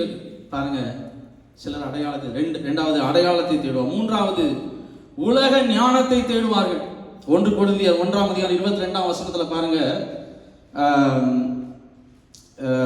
22ஆம் வசனம், யூதர்கள் அடையாளத்தை கேட்கிறார்கள், கிரேக்கர் ஞானத்தை தேடுகிறார்கள். they seek after wisdom. பாருங்க, உலக ஞானத்தை தேடுகிறார்கள். ஆனா வேதம் அதே அதிகாரத்துல கீழே வந்து பாத்தீங்கன்னா 24ஆம் அதிகாரம் 25ஆம் வசனம் பாத்தீங்கன்னா, தேவனுடைய பைத்தியம், the foolishness of Christ, ஆமா, தேவனுடைய பைத்தியம் எனப்படுவது மனுஷருடைய ஞானத்திலும் அதிக ஞானம் உள்ளது. சிலர் உலக ஞானத்தை தேடுவாங்க. பாருங்க, இந்த காலத்துல ஞானம் பெருகி போய் கொண்டிருக்கிறது என்பது உங்களுக்கு நன்றாய் தெரியும். இன்றைக்கு இந்த ஞானம் எங்க போய் முடியும் என்பது யாருக்குமே தெரியாது. அதை கண்டுபிடிச்சவனுக்கு கூட தெரியாது. இலான் மஸ்க் ரீசெண்டாக ஏஐ பற்றி சொல்லும்போது இப்படியா சொன்னார். அவருடைய கோட்டை சொல்கிறேன். AI could surpass human intelligence, leading to an existential threat for humanity. He compares it to summoning a demon you can't control, stating that an AI might not share our values or goals, potentially leading to unpredictable and negative consequences. உலகத்தின் ஞானம் எங்க போய் முடியும் என்று தெரியவில்லை. பாருங்க, இன்றைக்கு இருக்கிற சூழ்நிலையில அதிக ஞானம் படைத்தவன் நம்ம நினைக்கிற இலான் மஸ்கனுடைய கோட்டை தான் வாசித்தேன் நான். He said it is like summoning a demon that you cannot control. பாருங்க, சில வருடங்கள்ல ஒருவேளை all the military, all the weapons, if it goes into AI's hand, what would happen without any emotional intelligence, without any value in it? பாருங்க, மனுஷனுடைய அறிவு, மனுஷன் அறிவையும் ஞானத்தையும் தேடுகிறான். பாருங்க, கிரேக்கர் ஞானத்தை தேடுகிறான். உலக ஞானத்தை மனுஷன் தேடி தேடி அலைகிறான். அதனாலே தன்னை நிரப்பிக் கொள்ளலாமா என்று நினைக்கிறான். எப்படியாவது will I get some satisfaction out of it, என்னை திருப்திப்படுத்திக் கொள்ளலாமா என்று நினைக்கிறான். ஆனால் ஆண்டவர் சொல்றாரு, இல்லப்பா, உலக ஞானத்தை நீ தேடி அலையாது. உலக ஞானத்தை நீ தேடி அலையாது. பாருங்க, நான்காவது மனிதன் எதை தேடுகிறான் என்றால் மனுஷரால் வருகிற மகிமையை தேடுகிறான். யோவான் 5ஆம் அதிகாரம் 41 44 வசனம் எப்படியா சொல்கிறது. 44 வசனம் மாத்திரம் வாசிக்கிறேன். தேவனாலே மாத்திரம் வருகிற மகிமையை தேடாமல் ஒருவரால் ஒருவர் மகிமையை ஏற்றுக்கொள்கிற நீங்கள் எப்படி விசுவாசிப்பீர்கள்? மனுஷரால் வருகிற மகிமையை தேடுகிற மனுஷனுடைய ஒரு இருதயம். பாருங்க, மனுஷரால் வருகிற மகிமையை தேடுகிறார். மனுஷங்க தன்னை புகழணும். எப்படியாவது ஜனங்கள் தன்னை புகழ்த்த வேண்டும். இந்தியாவில் சர்ச்சிலெல்லாம் நீங்கள் நன்றி சொன்னீங்கன்னா, யாரையாவது விட்டுட்டீங்கன்னு வச்சுங்க, உங்கள் தலை உருண்டுரும். யாருடைய பேரையாவது விட்டுட்டோம்னா நம்ம தலை உருண்டுரும். நன்றி அவன் சொல்லுவாங்க, நன்றி சொன்னாங்க, என் பேரை விட்டுட்டாங்க. பாருங்க, எல்லா பொறுப்பும் கொடுத்தாங்க, எனக்கு கொடுக்கல அப்படின்னா எல்லாம் போச்சு. பாருங்க, சிலர் தன்னை பார்த்து யாராவது பேசிட்டே இருக்கணும்னு நினைப்பாங்க. ஐயாவை போல பெரிய மனுஷன் யாரும் இல்லை, ஐயாவை போல தாழ்மையானவர் யாரும் இல்லை, இவரை போல ஆழமாய் பிரசங்கிக்க யாரும் இல்லை, இவரை போல ஆழமாய் ஜெபிக்க யாரும் இல்லை, யாராவது சொல்லிக்கொண்டே இருக்கணும். ஆண்டவர் சொல்ற, மனுஷரால் வருகிற மகிமையை நீ தேடாது. மனுஷரால் வருகிற மகிமையை நீ தேடாது. அவரை போல உலகத்தில் ஒருத்தரும் இல்லை. நம்ம கற்பனையிலேயே பார்க்காத காரியங்கள்லாம் அடிச்சு விடுவாங்க, நம்ம நேரில் பார்க்கும்போது மாத்திரம். சிலர் என்கிட்ட வந்து பேசும்போது எனக்கு சிரிப்பு வரும். நான் மனசில் சிரிச்சுட்டு போயிடுவேன். பாருங்க, நமக்கு முகத்துக்கு முன்பாய் வந்து தங்க கற்பனையில் நம்ம கூட யோசிச்சிருக்க மாட்டோம் நம்ம பற்றி. உங்களை போல ஆழமா ஜெபிக்க யாரும், உங்களை போல பாட யாரும் இல்லை. பாருங்க, மனுஷனுடைய மகிமையை தேடாதவர்கள்.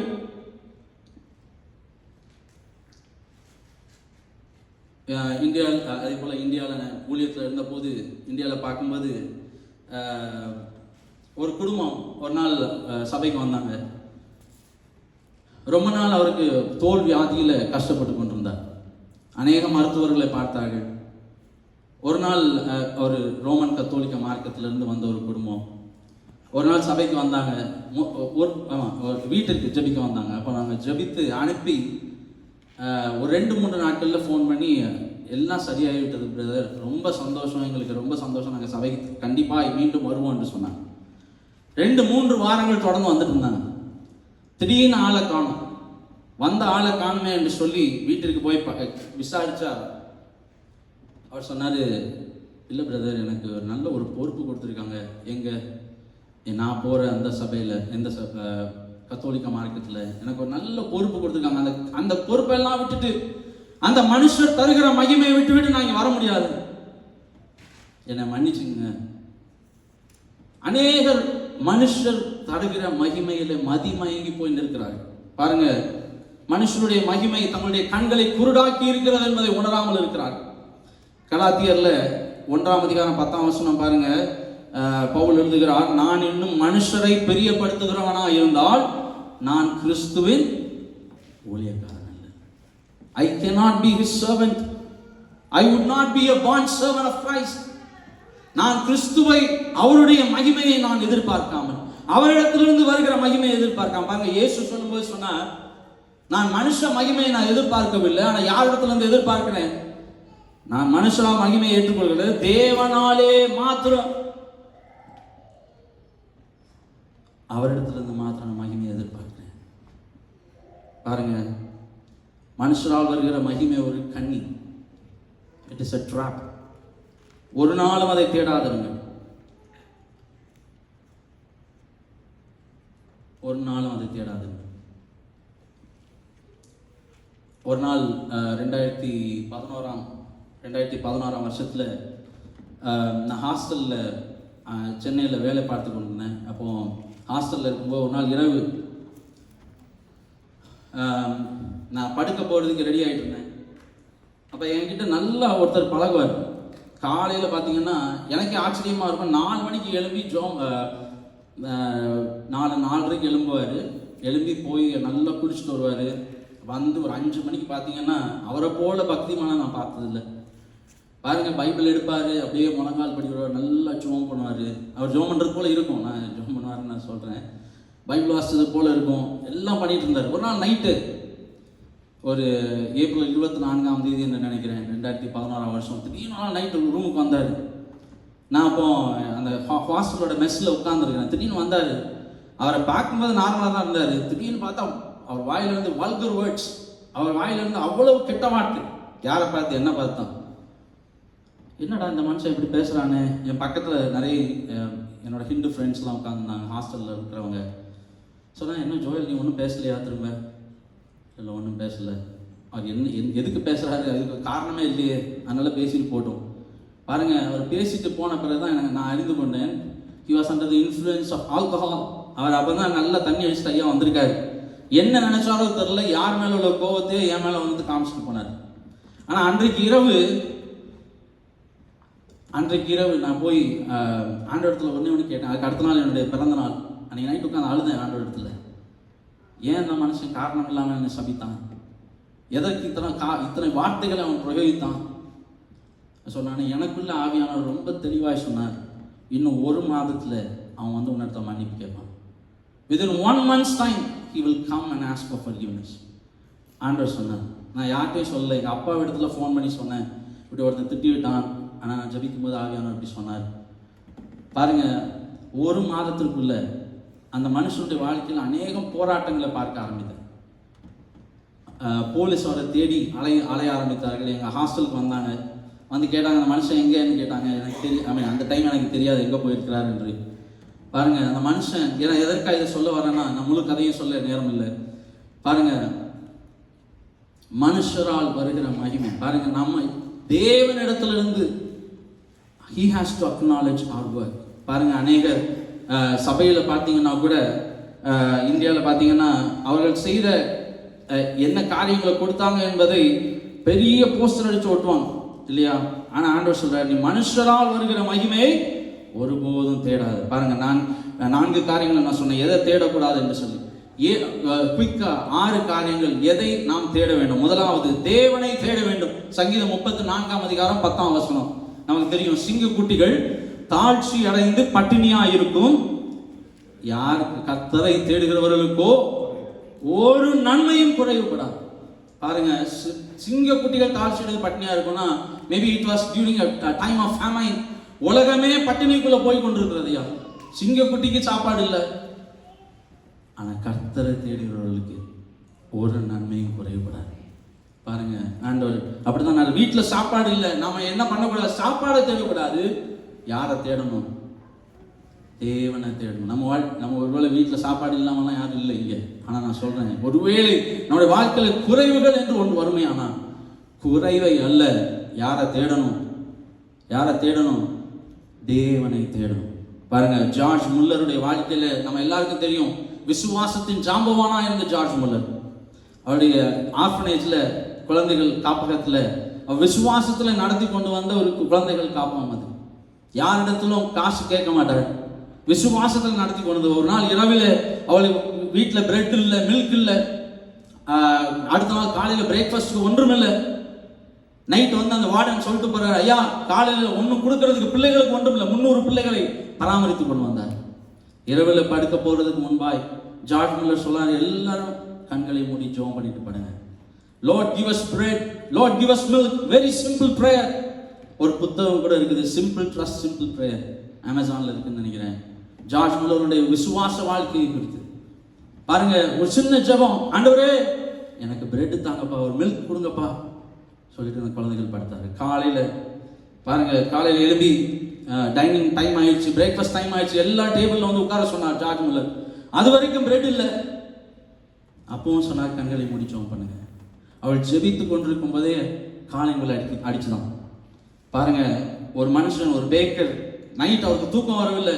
அவன் வந்து சொல்கிறான், ஐயா நான் இரவு முழுவதும் தூங்க பிரயாசப்பட்டேன், தூக்கம் வரவில்லை, இப்பொழுது நான் இவர்களுக்கு பிரெட் கொண்டு வந்திருக்கிறேன், கொண்டு வந்து கொடுத்தான். அவர் சொல்லிவிட்டு போகும்போது அடுத்த நாள் வந்துச்சு, இன்னொருவன் வந்து கதவை தட்டினான்.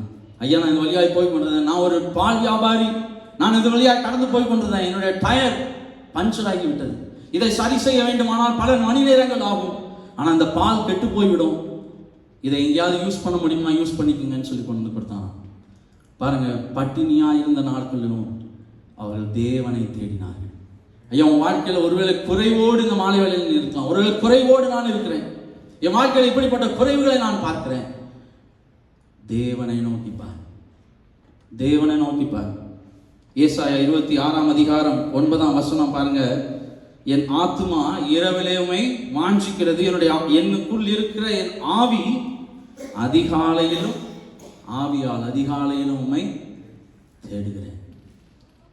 ஐயா சந்தோஷத்தை அல்ல, these are all bright products, இவைகள் எல்லாம் அவரை தேடினா எல்லாம் வரும். சந்தோஷத்தை அல்ல, சந்தோஷத்தை தருகிற தேவனை தேடணும். ஐஸ்வர்யத்தை அல்ல, அவர் மூலமாய் தான் நமக்கு எல்லாம் கொடுக்கப்படுகிறது என்பதை உணர்ந்து நீ தேவனை தேட வேண்டும். அதான் சங்கீதம் 34:10 சொல்கிறது, சிங்கக்குட்டிகள் தாழ்ச்சியிருந்து பட்டினியா இருக்கும், கர்த்தரை தேடுகிறவர்களுக்கு ஒரு நன்மையும் குறைவுபடாது.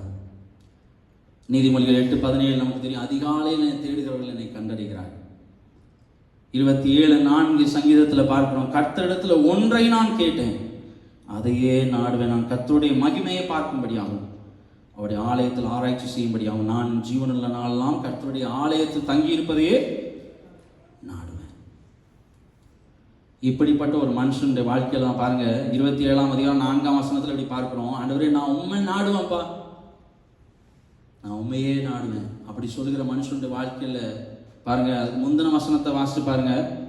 எனக்கு விரோதமாக ஒரு பாளையம் இறங்கினாலும் என் இருதயம் என்ன பண்ணாது, பயப்படாது. என் மேல் யுத்தம் எழும்பினாலும் இதிலே நான் நம்பிக்கை இருப்பேன். ஏன் தெரியுமா அந்த நம்பிக்கை இருந்துச்சு தெரியுமா? ஏன் அந்த பயம் இல்லை தெரியுமா? தேவனை நாடினான், அவருடைய பிரசன்னத்தை நாடினான். கர்த்தர் இடத்துல ஒன்றை நான் கேட்டேன். அப்படிப்பட்ட மனுஷனுடைய வாழ்க்கையில் 5ஆம் வசனம் பாருங்க, தீங்கு நாளில் அவர் என்னை கூடாரத்தின் மறைவில் வைத்து, என்னை தமது கூடார மறைவில் ஒளித்து வைத்து, என்னை கண்மலையின் மேலே உயர்த்துவார். அதே சங்கீதம் 27:8ஆம் வசனம் பாருங்க, என் முகத்தை தேடுங்கள் என்று சொன்னீரே, உம்முடைய முகத்தையே தேடுவேன் கர்த்தாவே என்று என் இருதயம் உம்மிடத்தில் சொல்லிட்டு. ஒரு நாள் ஒரு ஒரு ஒரு சம்பவத்தை சொல்லட்டும், சின்ன சம்பவம் தான். ஒரு மனுஷன் இருந்தான், வீட்டில் பயங்கரமான வேலை, ஏதோ எழுத வேண்டி இருக்குது. நம்ம எல்லாம் இப்போ கோடிங் பண்ணுறோம், நமக்கு தெரியும் எப்படிப்பட்ட வேலையில் நம்ம இருக்கிறோம் என்று. நம்ம எல்லாம் ஐடி ஜாப்ல இருக்கிறோம். பாருங்க, அந்த மனுஷன் ஏதோ ஒன்று எழுத வேண்டி இருக்கிறது. அவன் தன்னுடைய பிள்ளையின் இடத்துல போய் சொன்னான், மகளே அப்பாவுக்கு பயங்கரமான வேலை இருக்குது, தயவு செய்து என் அறைக்கு மாத்திரம் வந்துடாது. நம்ம எத்தனை பேர் சொல்லிட்டு போயிடும், மீட்டிங் இருக்கு சொன்னாலும் வந்து கதை தட்டுறாங்கல்ல, அதே போல தான் அந்த மகளிடத்துல போய் சொன்னா, தயவு செஞ்சு வந்துடாதம்மா, எனக்கு சரியான வேலை இருக்குது, வராத என்று சொல்லிவிட்டு போனான். போய் 5 நிமிஷம் ஆகலை, பயங்கர சத்தம், கதவை தட்டினவன வந்து கதவை திறக்கிறான். மகள் தான் என்று தெரியும். கதை திறந்து, என்ன மகளே, நான் இப்போ தானே சொல்லிட்டு போனேன், வேலை இருக்குதுன்னு சொன்னனே, தலை போகிற வேலை இருக்குது, நான் எழுத வேண்டி இருக்குதுன்னு சொன்னான். அவன் சொன்னான், அப்பா நீங்கள் எழுதுங்க, நீங்கள் பாட்டுக்கு எழுதுங்க, நீங்கள் உங்கள் வேலையெல்லாம் நான் தடுக்கலை, என்னைய உங்கள் அறைக்குள்ளே மாத்திரம் விடுங்க, நான் உங்கள் முகத்தையே பார்த்து கொண்டிருக்கிறேன்னு சொன்னான். நீங்கள் வேலை பார்த்துட்டே இருங்க டாடி, நீங்கள் வேலை பார்த்துட்டே இருங்க, நான் உங்கள் முகத்தையே பார்த்து கொண்டிருக்கிறேன், நான் சும்மா இருப்பேன். பாருங்க, அந்த தகப்பன் உள்ளே போய் திரும்ப வேலை பார்த்துருப்பான்னு நினச்சிங்களா? இல்லை, அந்த மகள் அப்படியே வாரி அணைத்து கொண்டான். அதே போல தான் உன் தகப்பனும், இயேசுவும் அப்படிப்பட்டவர் தான். நீ அவர் முகத்தை தேடுவாயனா, அவர் உன் அருகாமையில் உன்னை தூக்கி சுமக்கிறவன். ஹல்லேலூயா. என்ன அறிவுள்ள பிள்ளை பாருங்க, கர்த்தரை தேடுகிறவர்களுக்கு ஒரு நன்மையும் குறைவுபடாது. ரெண்டாவது எதை தேடணும்? தேவனுடைய ராஜ்யத்தை தேடணும். உங்களுக்கு தெரியும், முதலாவது தேவனுடைய ராஜ்யத்தையும் அவருடைய நீதியையும் தேடுங்கள், அப்பொழுது இவைகள் எல்லாம் உங்களுக்கு கூட கொடுக்கப்படும். அதே போல லூக்கா 12:31 பாருங்க, 6:33 மத்தேயுல ராஜ்யத்தையும் அவருடைய நீதியும் என்று சொல்லப்பட்டிருக்கிறது. லூக்காவில் வாசித்தீங்கன்னா, தேவனுடைய ராஜ்யத்தையே தேடுங்கள், அப்பொழுது இவைகள் எல்லாம் உங்களுக்கு கூட கொடுக்கப்படும். Seek the kingdom of God. ராஜ்யம் என்று சொன்னால் என்ன? It's a kingship. ஐயா, என் வாழ்க்கை முதலாவது, அதில் 4 காரியத்தை நான் சொல்லட்டும். முதலாவது, உங்க வாழ்க்கையில தேவனுடைய ராஜ்யம் இருக்க வேண்டும். கிங்ஷிப். ஆண்டவர் ராஜாவாய் என் வாழ்க்கையில் இருக்கிறாரா? அந்த ராஜ்யத்தை முதலாவது தேடணும். ரெண்டாவது, என் குடும்பத்தில் அவருடைய ராஜ்யம். ராஜ்யம் என்று சொன்னா இட் கம்ப்ரைசஸ் ப்ராவிடன்ஸ். தேவன் ஒரு ராஜ்யம் இருக்கிறது என்றால் அவருடைய ராஜ்யத்தில் இருக்கிற ஒவ்வொரு சிட்டிசனுக்கும், பிரஜைக்கும் அவர் வேண்டிய காரியங்களை கொடுப்பாங்க. ப்ராவிடன்ஸ். அதே போல பாதுகாப்பு. இங்கே ஒரு தேசத்தில் நாம் இருக்கிறோம் என்று சொன்னால், இந்த ராஜ்யத்துக்குள்ள இருக்கிறோம் என்று சொன்னால், இந்த தேசத்தில் இருக்க ஒவ்வொரு பிரஜைக்கும் பாதுகாப்பு அந்த ராஜ்யம் கொடுக்கும். அதே போல God gives providence. உன்னுடைய தேவைகளை அவர் சந்திக்கிறார். கர்த்தர் நம்மை கண்மணி போல காக்கிறார். ராஜ்யம் நம்முடைய குடும்பத்தின் மேல் தேவனுடைய. மூன்றாவது, தேவனுடைய ராஜ்யத்தின் விஸ்தரிப்பை குறித்து ஒரு உணர்வு நமக்குள்ள இருந்து கொண்டே இருக்கணும். நல்ல வேலை பார்க்குறோம், அமெரிக்க தேசத்துல வந்து எல்லாரும் நல்ல வேலை பார்க்குறீங்க, நானும் வேலை பார்க்குறேன். தேவனுடைய ராஜ்யத்தை குறித்த ஒரு விஸ்தரிப்பை குறித்த ஒரு உணர்வு இருக்கணும். எனக்குள்ள 2-3 ஆண்டுகளாக ஆண்டவர் பேசிட்டே இருந்தார். தேவனுடைய ராஜ்யத்தை குறித்த ஒரு உணர்வு. Kingdom conscious. Kingdom conscious.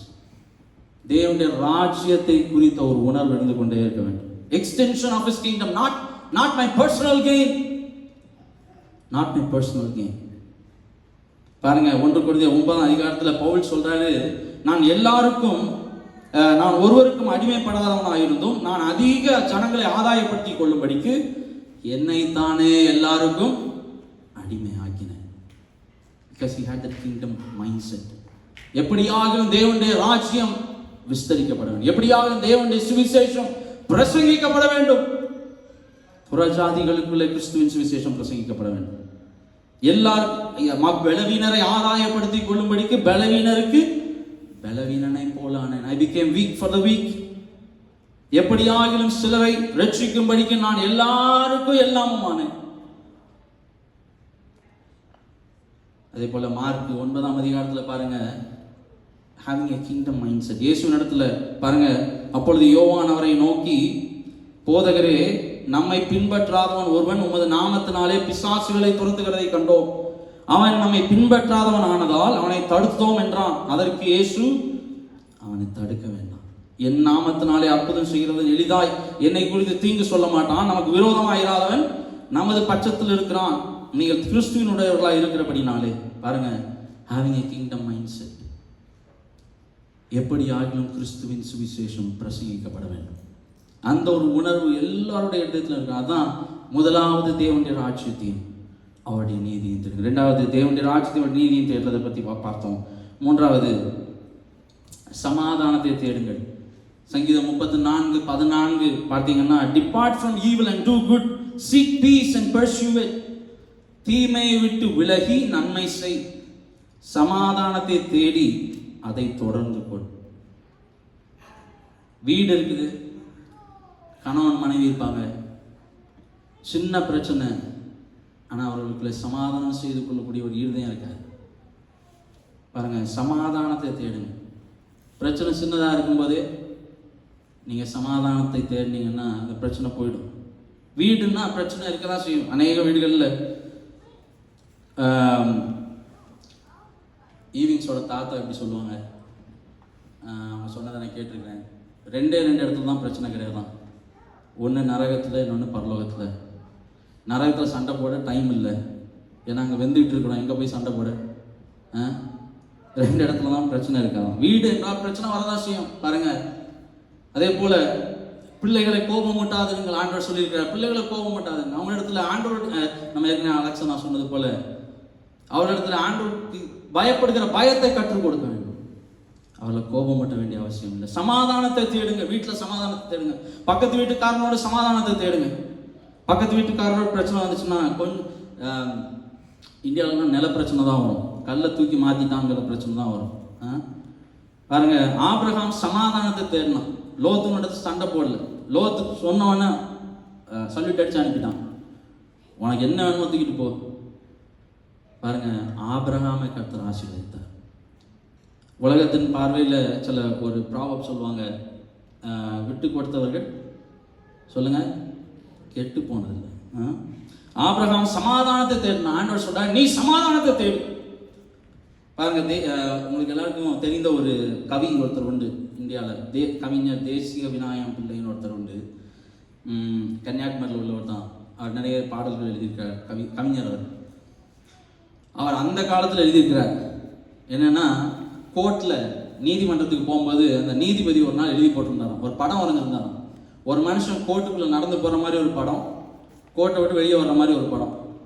கோர்ட்டுக்குள்ளே போகும்போது கையில் நிறைய பிரமாணங்கள், அதாவது லா புக்ஸ், அதெல்லாம் தலையில் சுமந்துட்டு போகிறான். எப்படியாவது நான் நியாயத்தை கேட்காம விட மாட்டேன், அந்த மனுஷன்ட்ட நான் நியாயத்தை கேட்காம நான் விட மாட்டேன்னு சொல்லி அவன் கோர்ட்டுக்குள்ளே போகிறான், பிரமாணத்தோடு போகிறான். பாருங்க, எல்லா லா புக்ஸ் அவன் படித்தது எல்லாத்தையும் தூக்கிட்டு உள்ளே போகிறான். அதே படத்தில் அந்த நீதிபதி எழுதி வரைஞ்சு போட்டிருந்தாரான் கோர்ட்டில். அந்த பக்கம் திரும்ப ரிட்டர்ன் வரான், கையில் திருவோட்டோடு வந்தான். நான் சொல்கிறவங்களுக்கு புரியும்னு நினைக்கிறேன். வேதத்தில் அதே தான் வசனம் ஆண்டவர் சொல்லியிருக்கிறார். மத்திய 5ஆம் அதிகாரத்தில், எதிராளி உன்னை நியாயாதிபதியிடம் ஒப்பு கொடாமலும், 5:25-26 வாசித்து பார்த்தீங்கன்னா இருக்கும், before agri with your adversary, அவன் உன்னை கொண்டு நியாயாசனத்திற்கு முன்பாய் நியாயாதிபதியின் இடத்துல ஒப்பு கொடுவதற்கு முன்பதாகவே அவனிடத்துல என்ன பண்ணு, நல்மனம் பொருந்து. Agree with your adversary. பொருந்தாவிட்டால் 26ஆம் வசனம் பாருங்க, நீ ஒரு காசும் குறைவின்றி கொடுத்து தீர்க்க மட்டும் அங்கிருந்து புறப்பட மாட்டாய் என்று மெய்யாகவே உனக்கு சொல்லுகிறேன் நான் சொன்னேன். பாருங்க, சீக் பீஸ், சமாதானத்தை தேடும். அந்த சங்கீதம் 127ஆம் வசனம் பாருங்க. இந்த வசனம் ஃபியூ இயர்ஸாகவே பேசிட்டு இருக்கிறாரு. பாருங்க, நான் சமாதானத்தை நாடுகிறேன். சங்கீதம் 127 பாருங்க, ஐயா நான் சமாதானத்தை நாடுகிறேன், அவர்களோ நான் பேசும்போது யுத்தத்துக்கு எத்தனைப்படுகிறார்கள். ஒருவேளை நீங்க சமாதானத்தை நாடி போலாம், ஆனா நீங்க பாப்பீங்க யுத்தம் வருகிறத பாப்பீங்க. You will see your adversary even more aggressively coming towards you. ஆனா ஆண்டவர் அதையே எழுதி வைத்திருக்கிறான், நீ சமாதானத்தை நாடுகிறாய், அவர்களோ நான் பேசும்போது யுத்தத்துக்கு எத்தனைப்படுகிறார்கள். ஓகே, நான் அதோட முடிக்கிறேன். 4வது, எதை தேடணும்? மேலானவைகளை தேடுங்கள். கொலோசியர் 3ஆம் அதிகாரம் 1-2 வசனங்கள் நமக்கு தெரியும். Set your mind on things above, not on things on the earth. மேலானவைகளை தேடுங்கள், பூமியில் உள்ளவைகளை அல்ல, மேலானவைகளை தேடுங்கள். கிறிஸ்துவின் வலது பார்சத்தில் உள்ள மேலானவைகளை நீங்க தேடுங்க. நீங்க கிறிஸ்துவுடன் கூட எழுந்ததுண்டானால், கிறிஸ்து தேவனுடைய வலது பார்சத்தில் வீட்டிற்கும் இடத்தில் உள்ள மேலானவைகள், மேலானவைகளை தேடுங்க. மேலான கிருபைகளை தேடுங்க, மேலான வரங்களை நாடுங்க, மேலானவைகளை தேடுங்க. 5வது, சுய தேசத்தை தேடுங்க. எபிரேயர் 11ஆம் அதிகாரம் 14ஆம் வசனம் இப்படியா சொல்கிறது, இவர்கள் எல்லாரும் வாக்குத்தத்தம் பண்ணப்பட்டவைகளை அடையாமல் தூரத்திலே அவர்களை கண்டு நம்பி அணைத்து கொண்டு பூமியின் மேல் தங்களை அந்நியரும் பரதேசிகளும் என்று அறிக்கையிட்டு விசுவாசத்தோடே மரித்தார்கள். இப்படி அறிக்கையிடுகிறவர்கள் சுய தேசத்தை நாடி போகிறோம் என்று தெரியப்படுத்துகிறார்கள். நமக்கு ஒரு சுய தேசம் உண்டு. ஐயா, அந்த பூமி நமக்கு சொந்தம் அல்ல. எவ்வளவு நாம் சம்பாதித்தாலும் சரி, எல்லாவற்றையும் ஒரு நாள் விட்டு விட்டு போக வேண்டும் என்பதை உணர வேண்டும். நானும் உணரணும், நீங்களும் உணரணும். இந்த பூமி நிலையானது அல்ல. You are just passing by. Your life is transient. நீ நடந்து போகிற பாதை, நீ வாழ்கிற வாழ்க்கை கடந்து போகிற வாழ்க்கை. நீ சம்பாதிக்கிறது எல்லாம் கடந்து போய்விடும். சுய தேசம் ஒன்று உண்டு, உனக்கு சொந்தமான ஒரு தேசம் ஒன்று உண்டு. ஆண்டவர் சொன்னா, உனக்கென்று நான் ஒரு ஸ்தலத்தை ஆயத்தம் பண்ண போகிறேன்.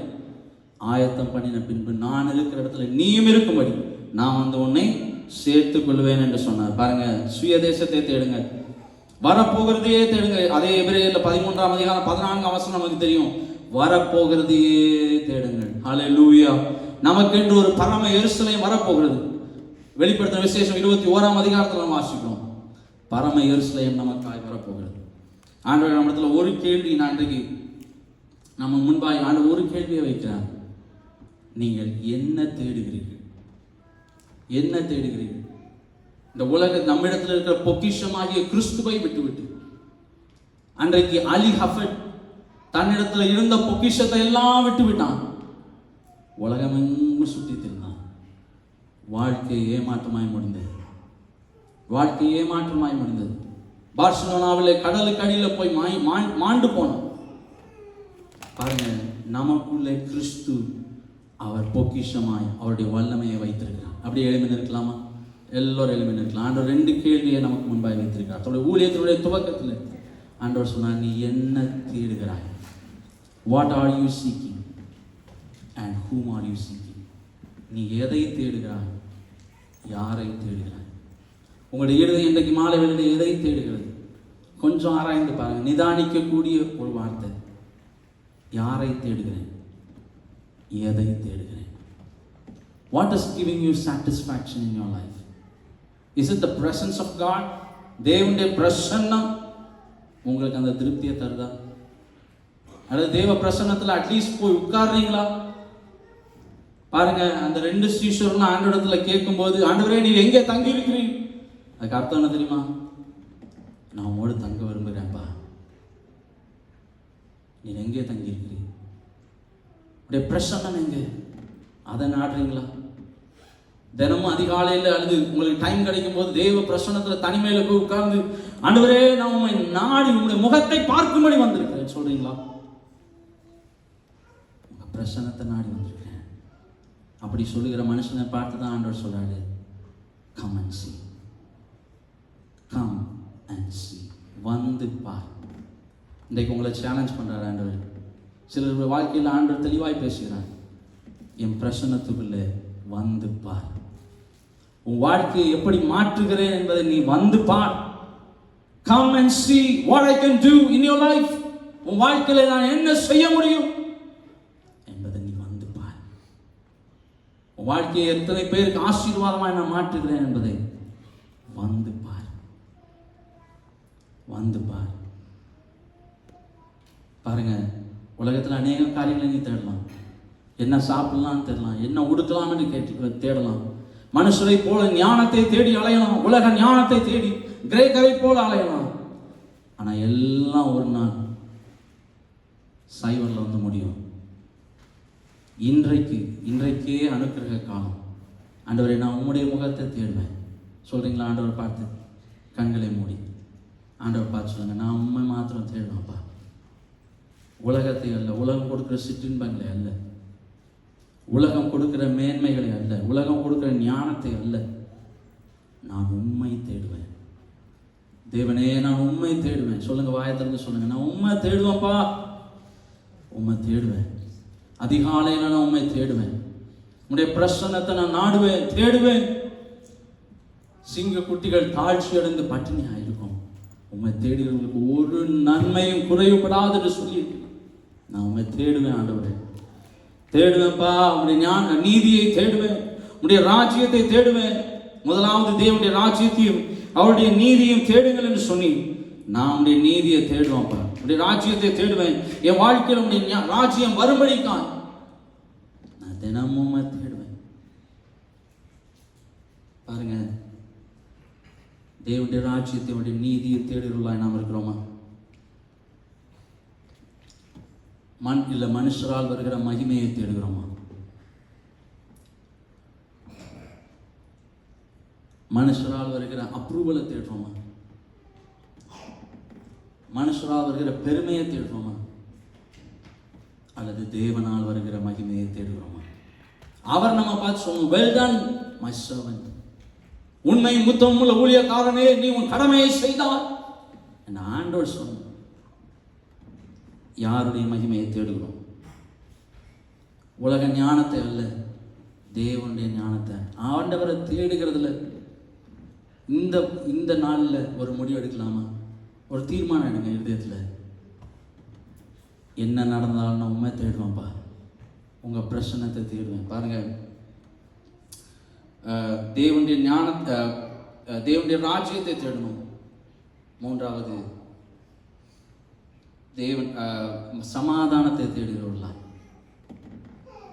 சமாதானத்தை தேடுகிறோம், மற்றவர்களோடு உள்ள சமாதானம், தேவனோடு இருக்கிற சமாதானம். Peace with God, peace of God, and also peace with one another. Are you seeking peace?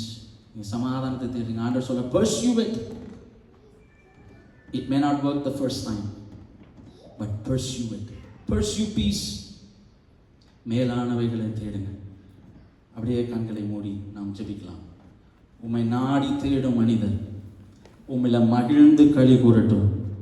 உந்தன் மீட்பில் நாட்டம் கொள்வார், மன அமைதி என்று பெறட்டும்.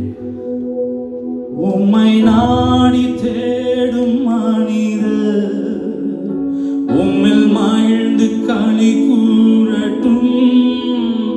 உம்மை நாடி தேடும் மனிதர் உம்மில் மகிழ்ந்து களி கூறட்டும். உந்தன் மீது நாட்டம் கொள்வோ, மன அமைதி இன்று பெறட்டும்.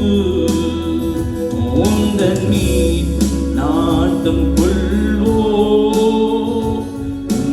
அமைதி இன்று பெறட்டும். மகிமை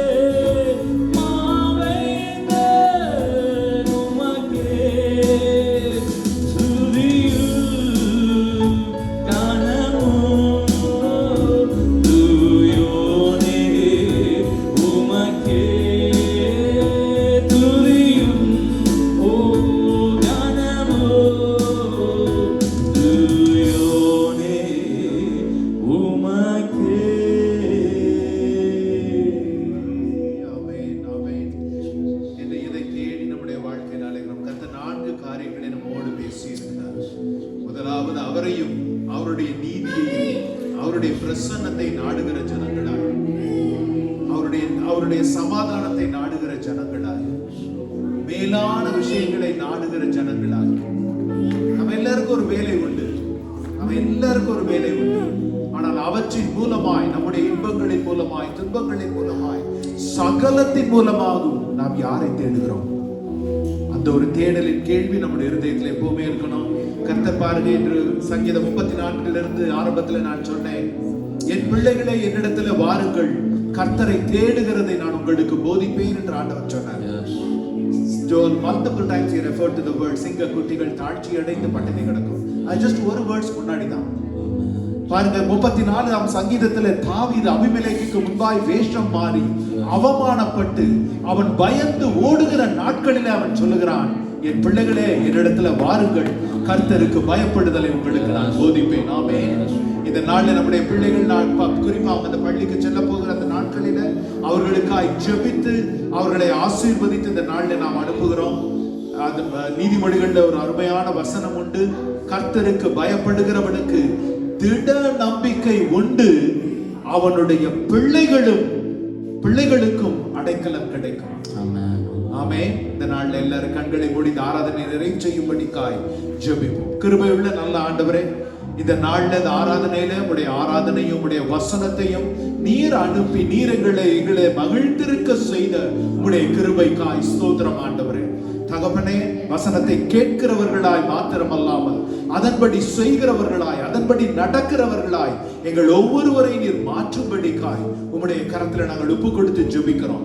கேட்ட விஷயங்களை மனதிலே இருத்தி ஆண்டவரே தியானித்து தகப்பனே உம்முடைய பிரசன்னத்தை இன்னும் அதிகமாய் நாங்கள் தேடவும் நாடவும் உடைய கரத்துல எங்களை ஒப்பு கொடுக்கிறோம். குறிப்பா இந்த ஆராதனையில பிள்ளைகளை ஒப்பு கொடுத்து ஜெபித்திருக்கிறோம். அவங்க school and everything is starting for them, oh Lord. இந்த நாளில உடைய கரத்துல ஒப்பு கொடுத்து ஜெபிக்கிறோம். நாங்கள் கர்த்தரை தேடுகிறபடினாலே எங்களுக்கு திட நம்பிக்கை உண்டு, எங்கள் பிள்ளைகளுக்கு நிச்சயமாய் உம்மிடத்துல அடைக்கலம் உண்டு. உம்முடைய கரத்துல ஒப்பு கொடுத்து ஜெபிக்கிறோம். கர்த்தருடைய வருகை தாமதமானால் நாங்கள் மீண்டும் அடுத்த வாரம் ஒன்று கூடி உம்முடைய நாமத்தை உயர்த்தி பிடிக்க கர்த்தர் நீங்க கிருபை கொடுங்க. உம்முடைய நாமம் மகிமைப்படட்டும். பரிசுத்த ஆவியின் வல்லமையினால, குமாரன் இயேசுவின் நாமத்தினால பிதாவின் பாதங்களில் இந்த ஜெபத்தை ஏறெடுக்கிறோம். ஜீவனுள்ள நல்ல பிதாவே, நம் பிதாவாகிய தேவனுடைய அன்பும் அவருடைய குமாரனாகிய இயேசுவின் மனதுருக்கமும் பரிசுத்த ஆவியானவரின் வழி நடத்துதலும் என்றும் என்றும் நம் அனைவரோடும் இருப்பதாக. ஆமென்.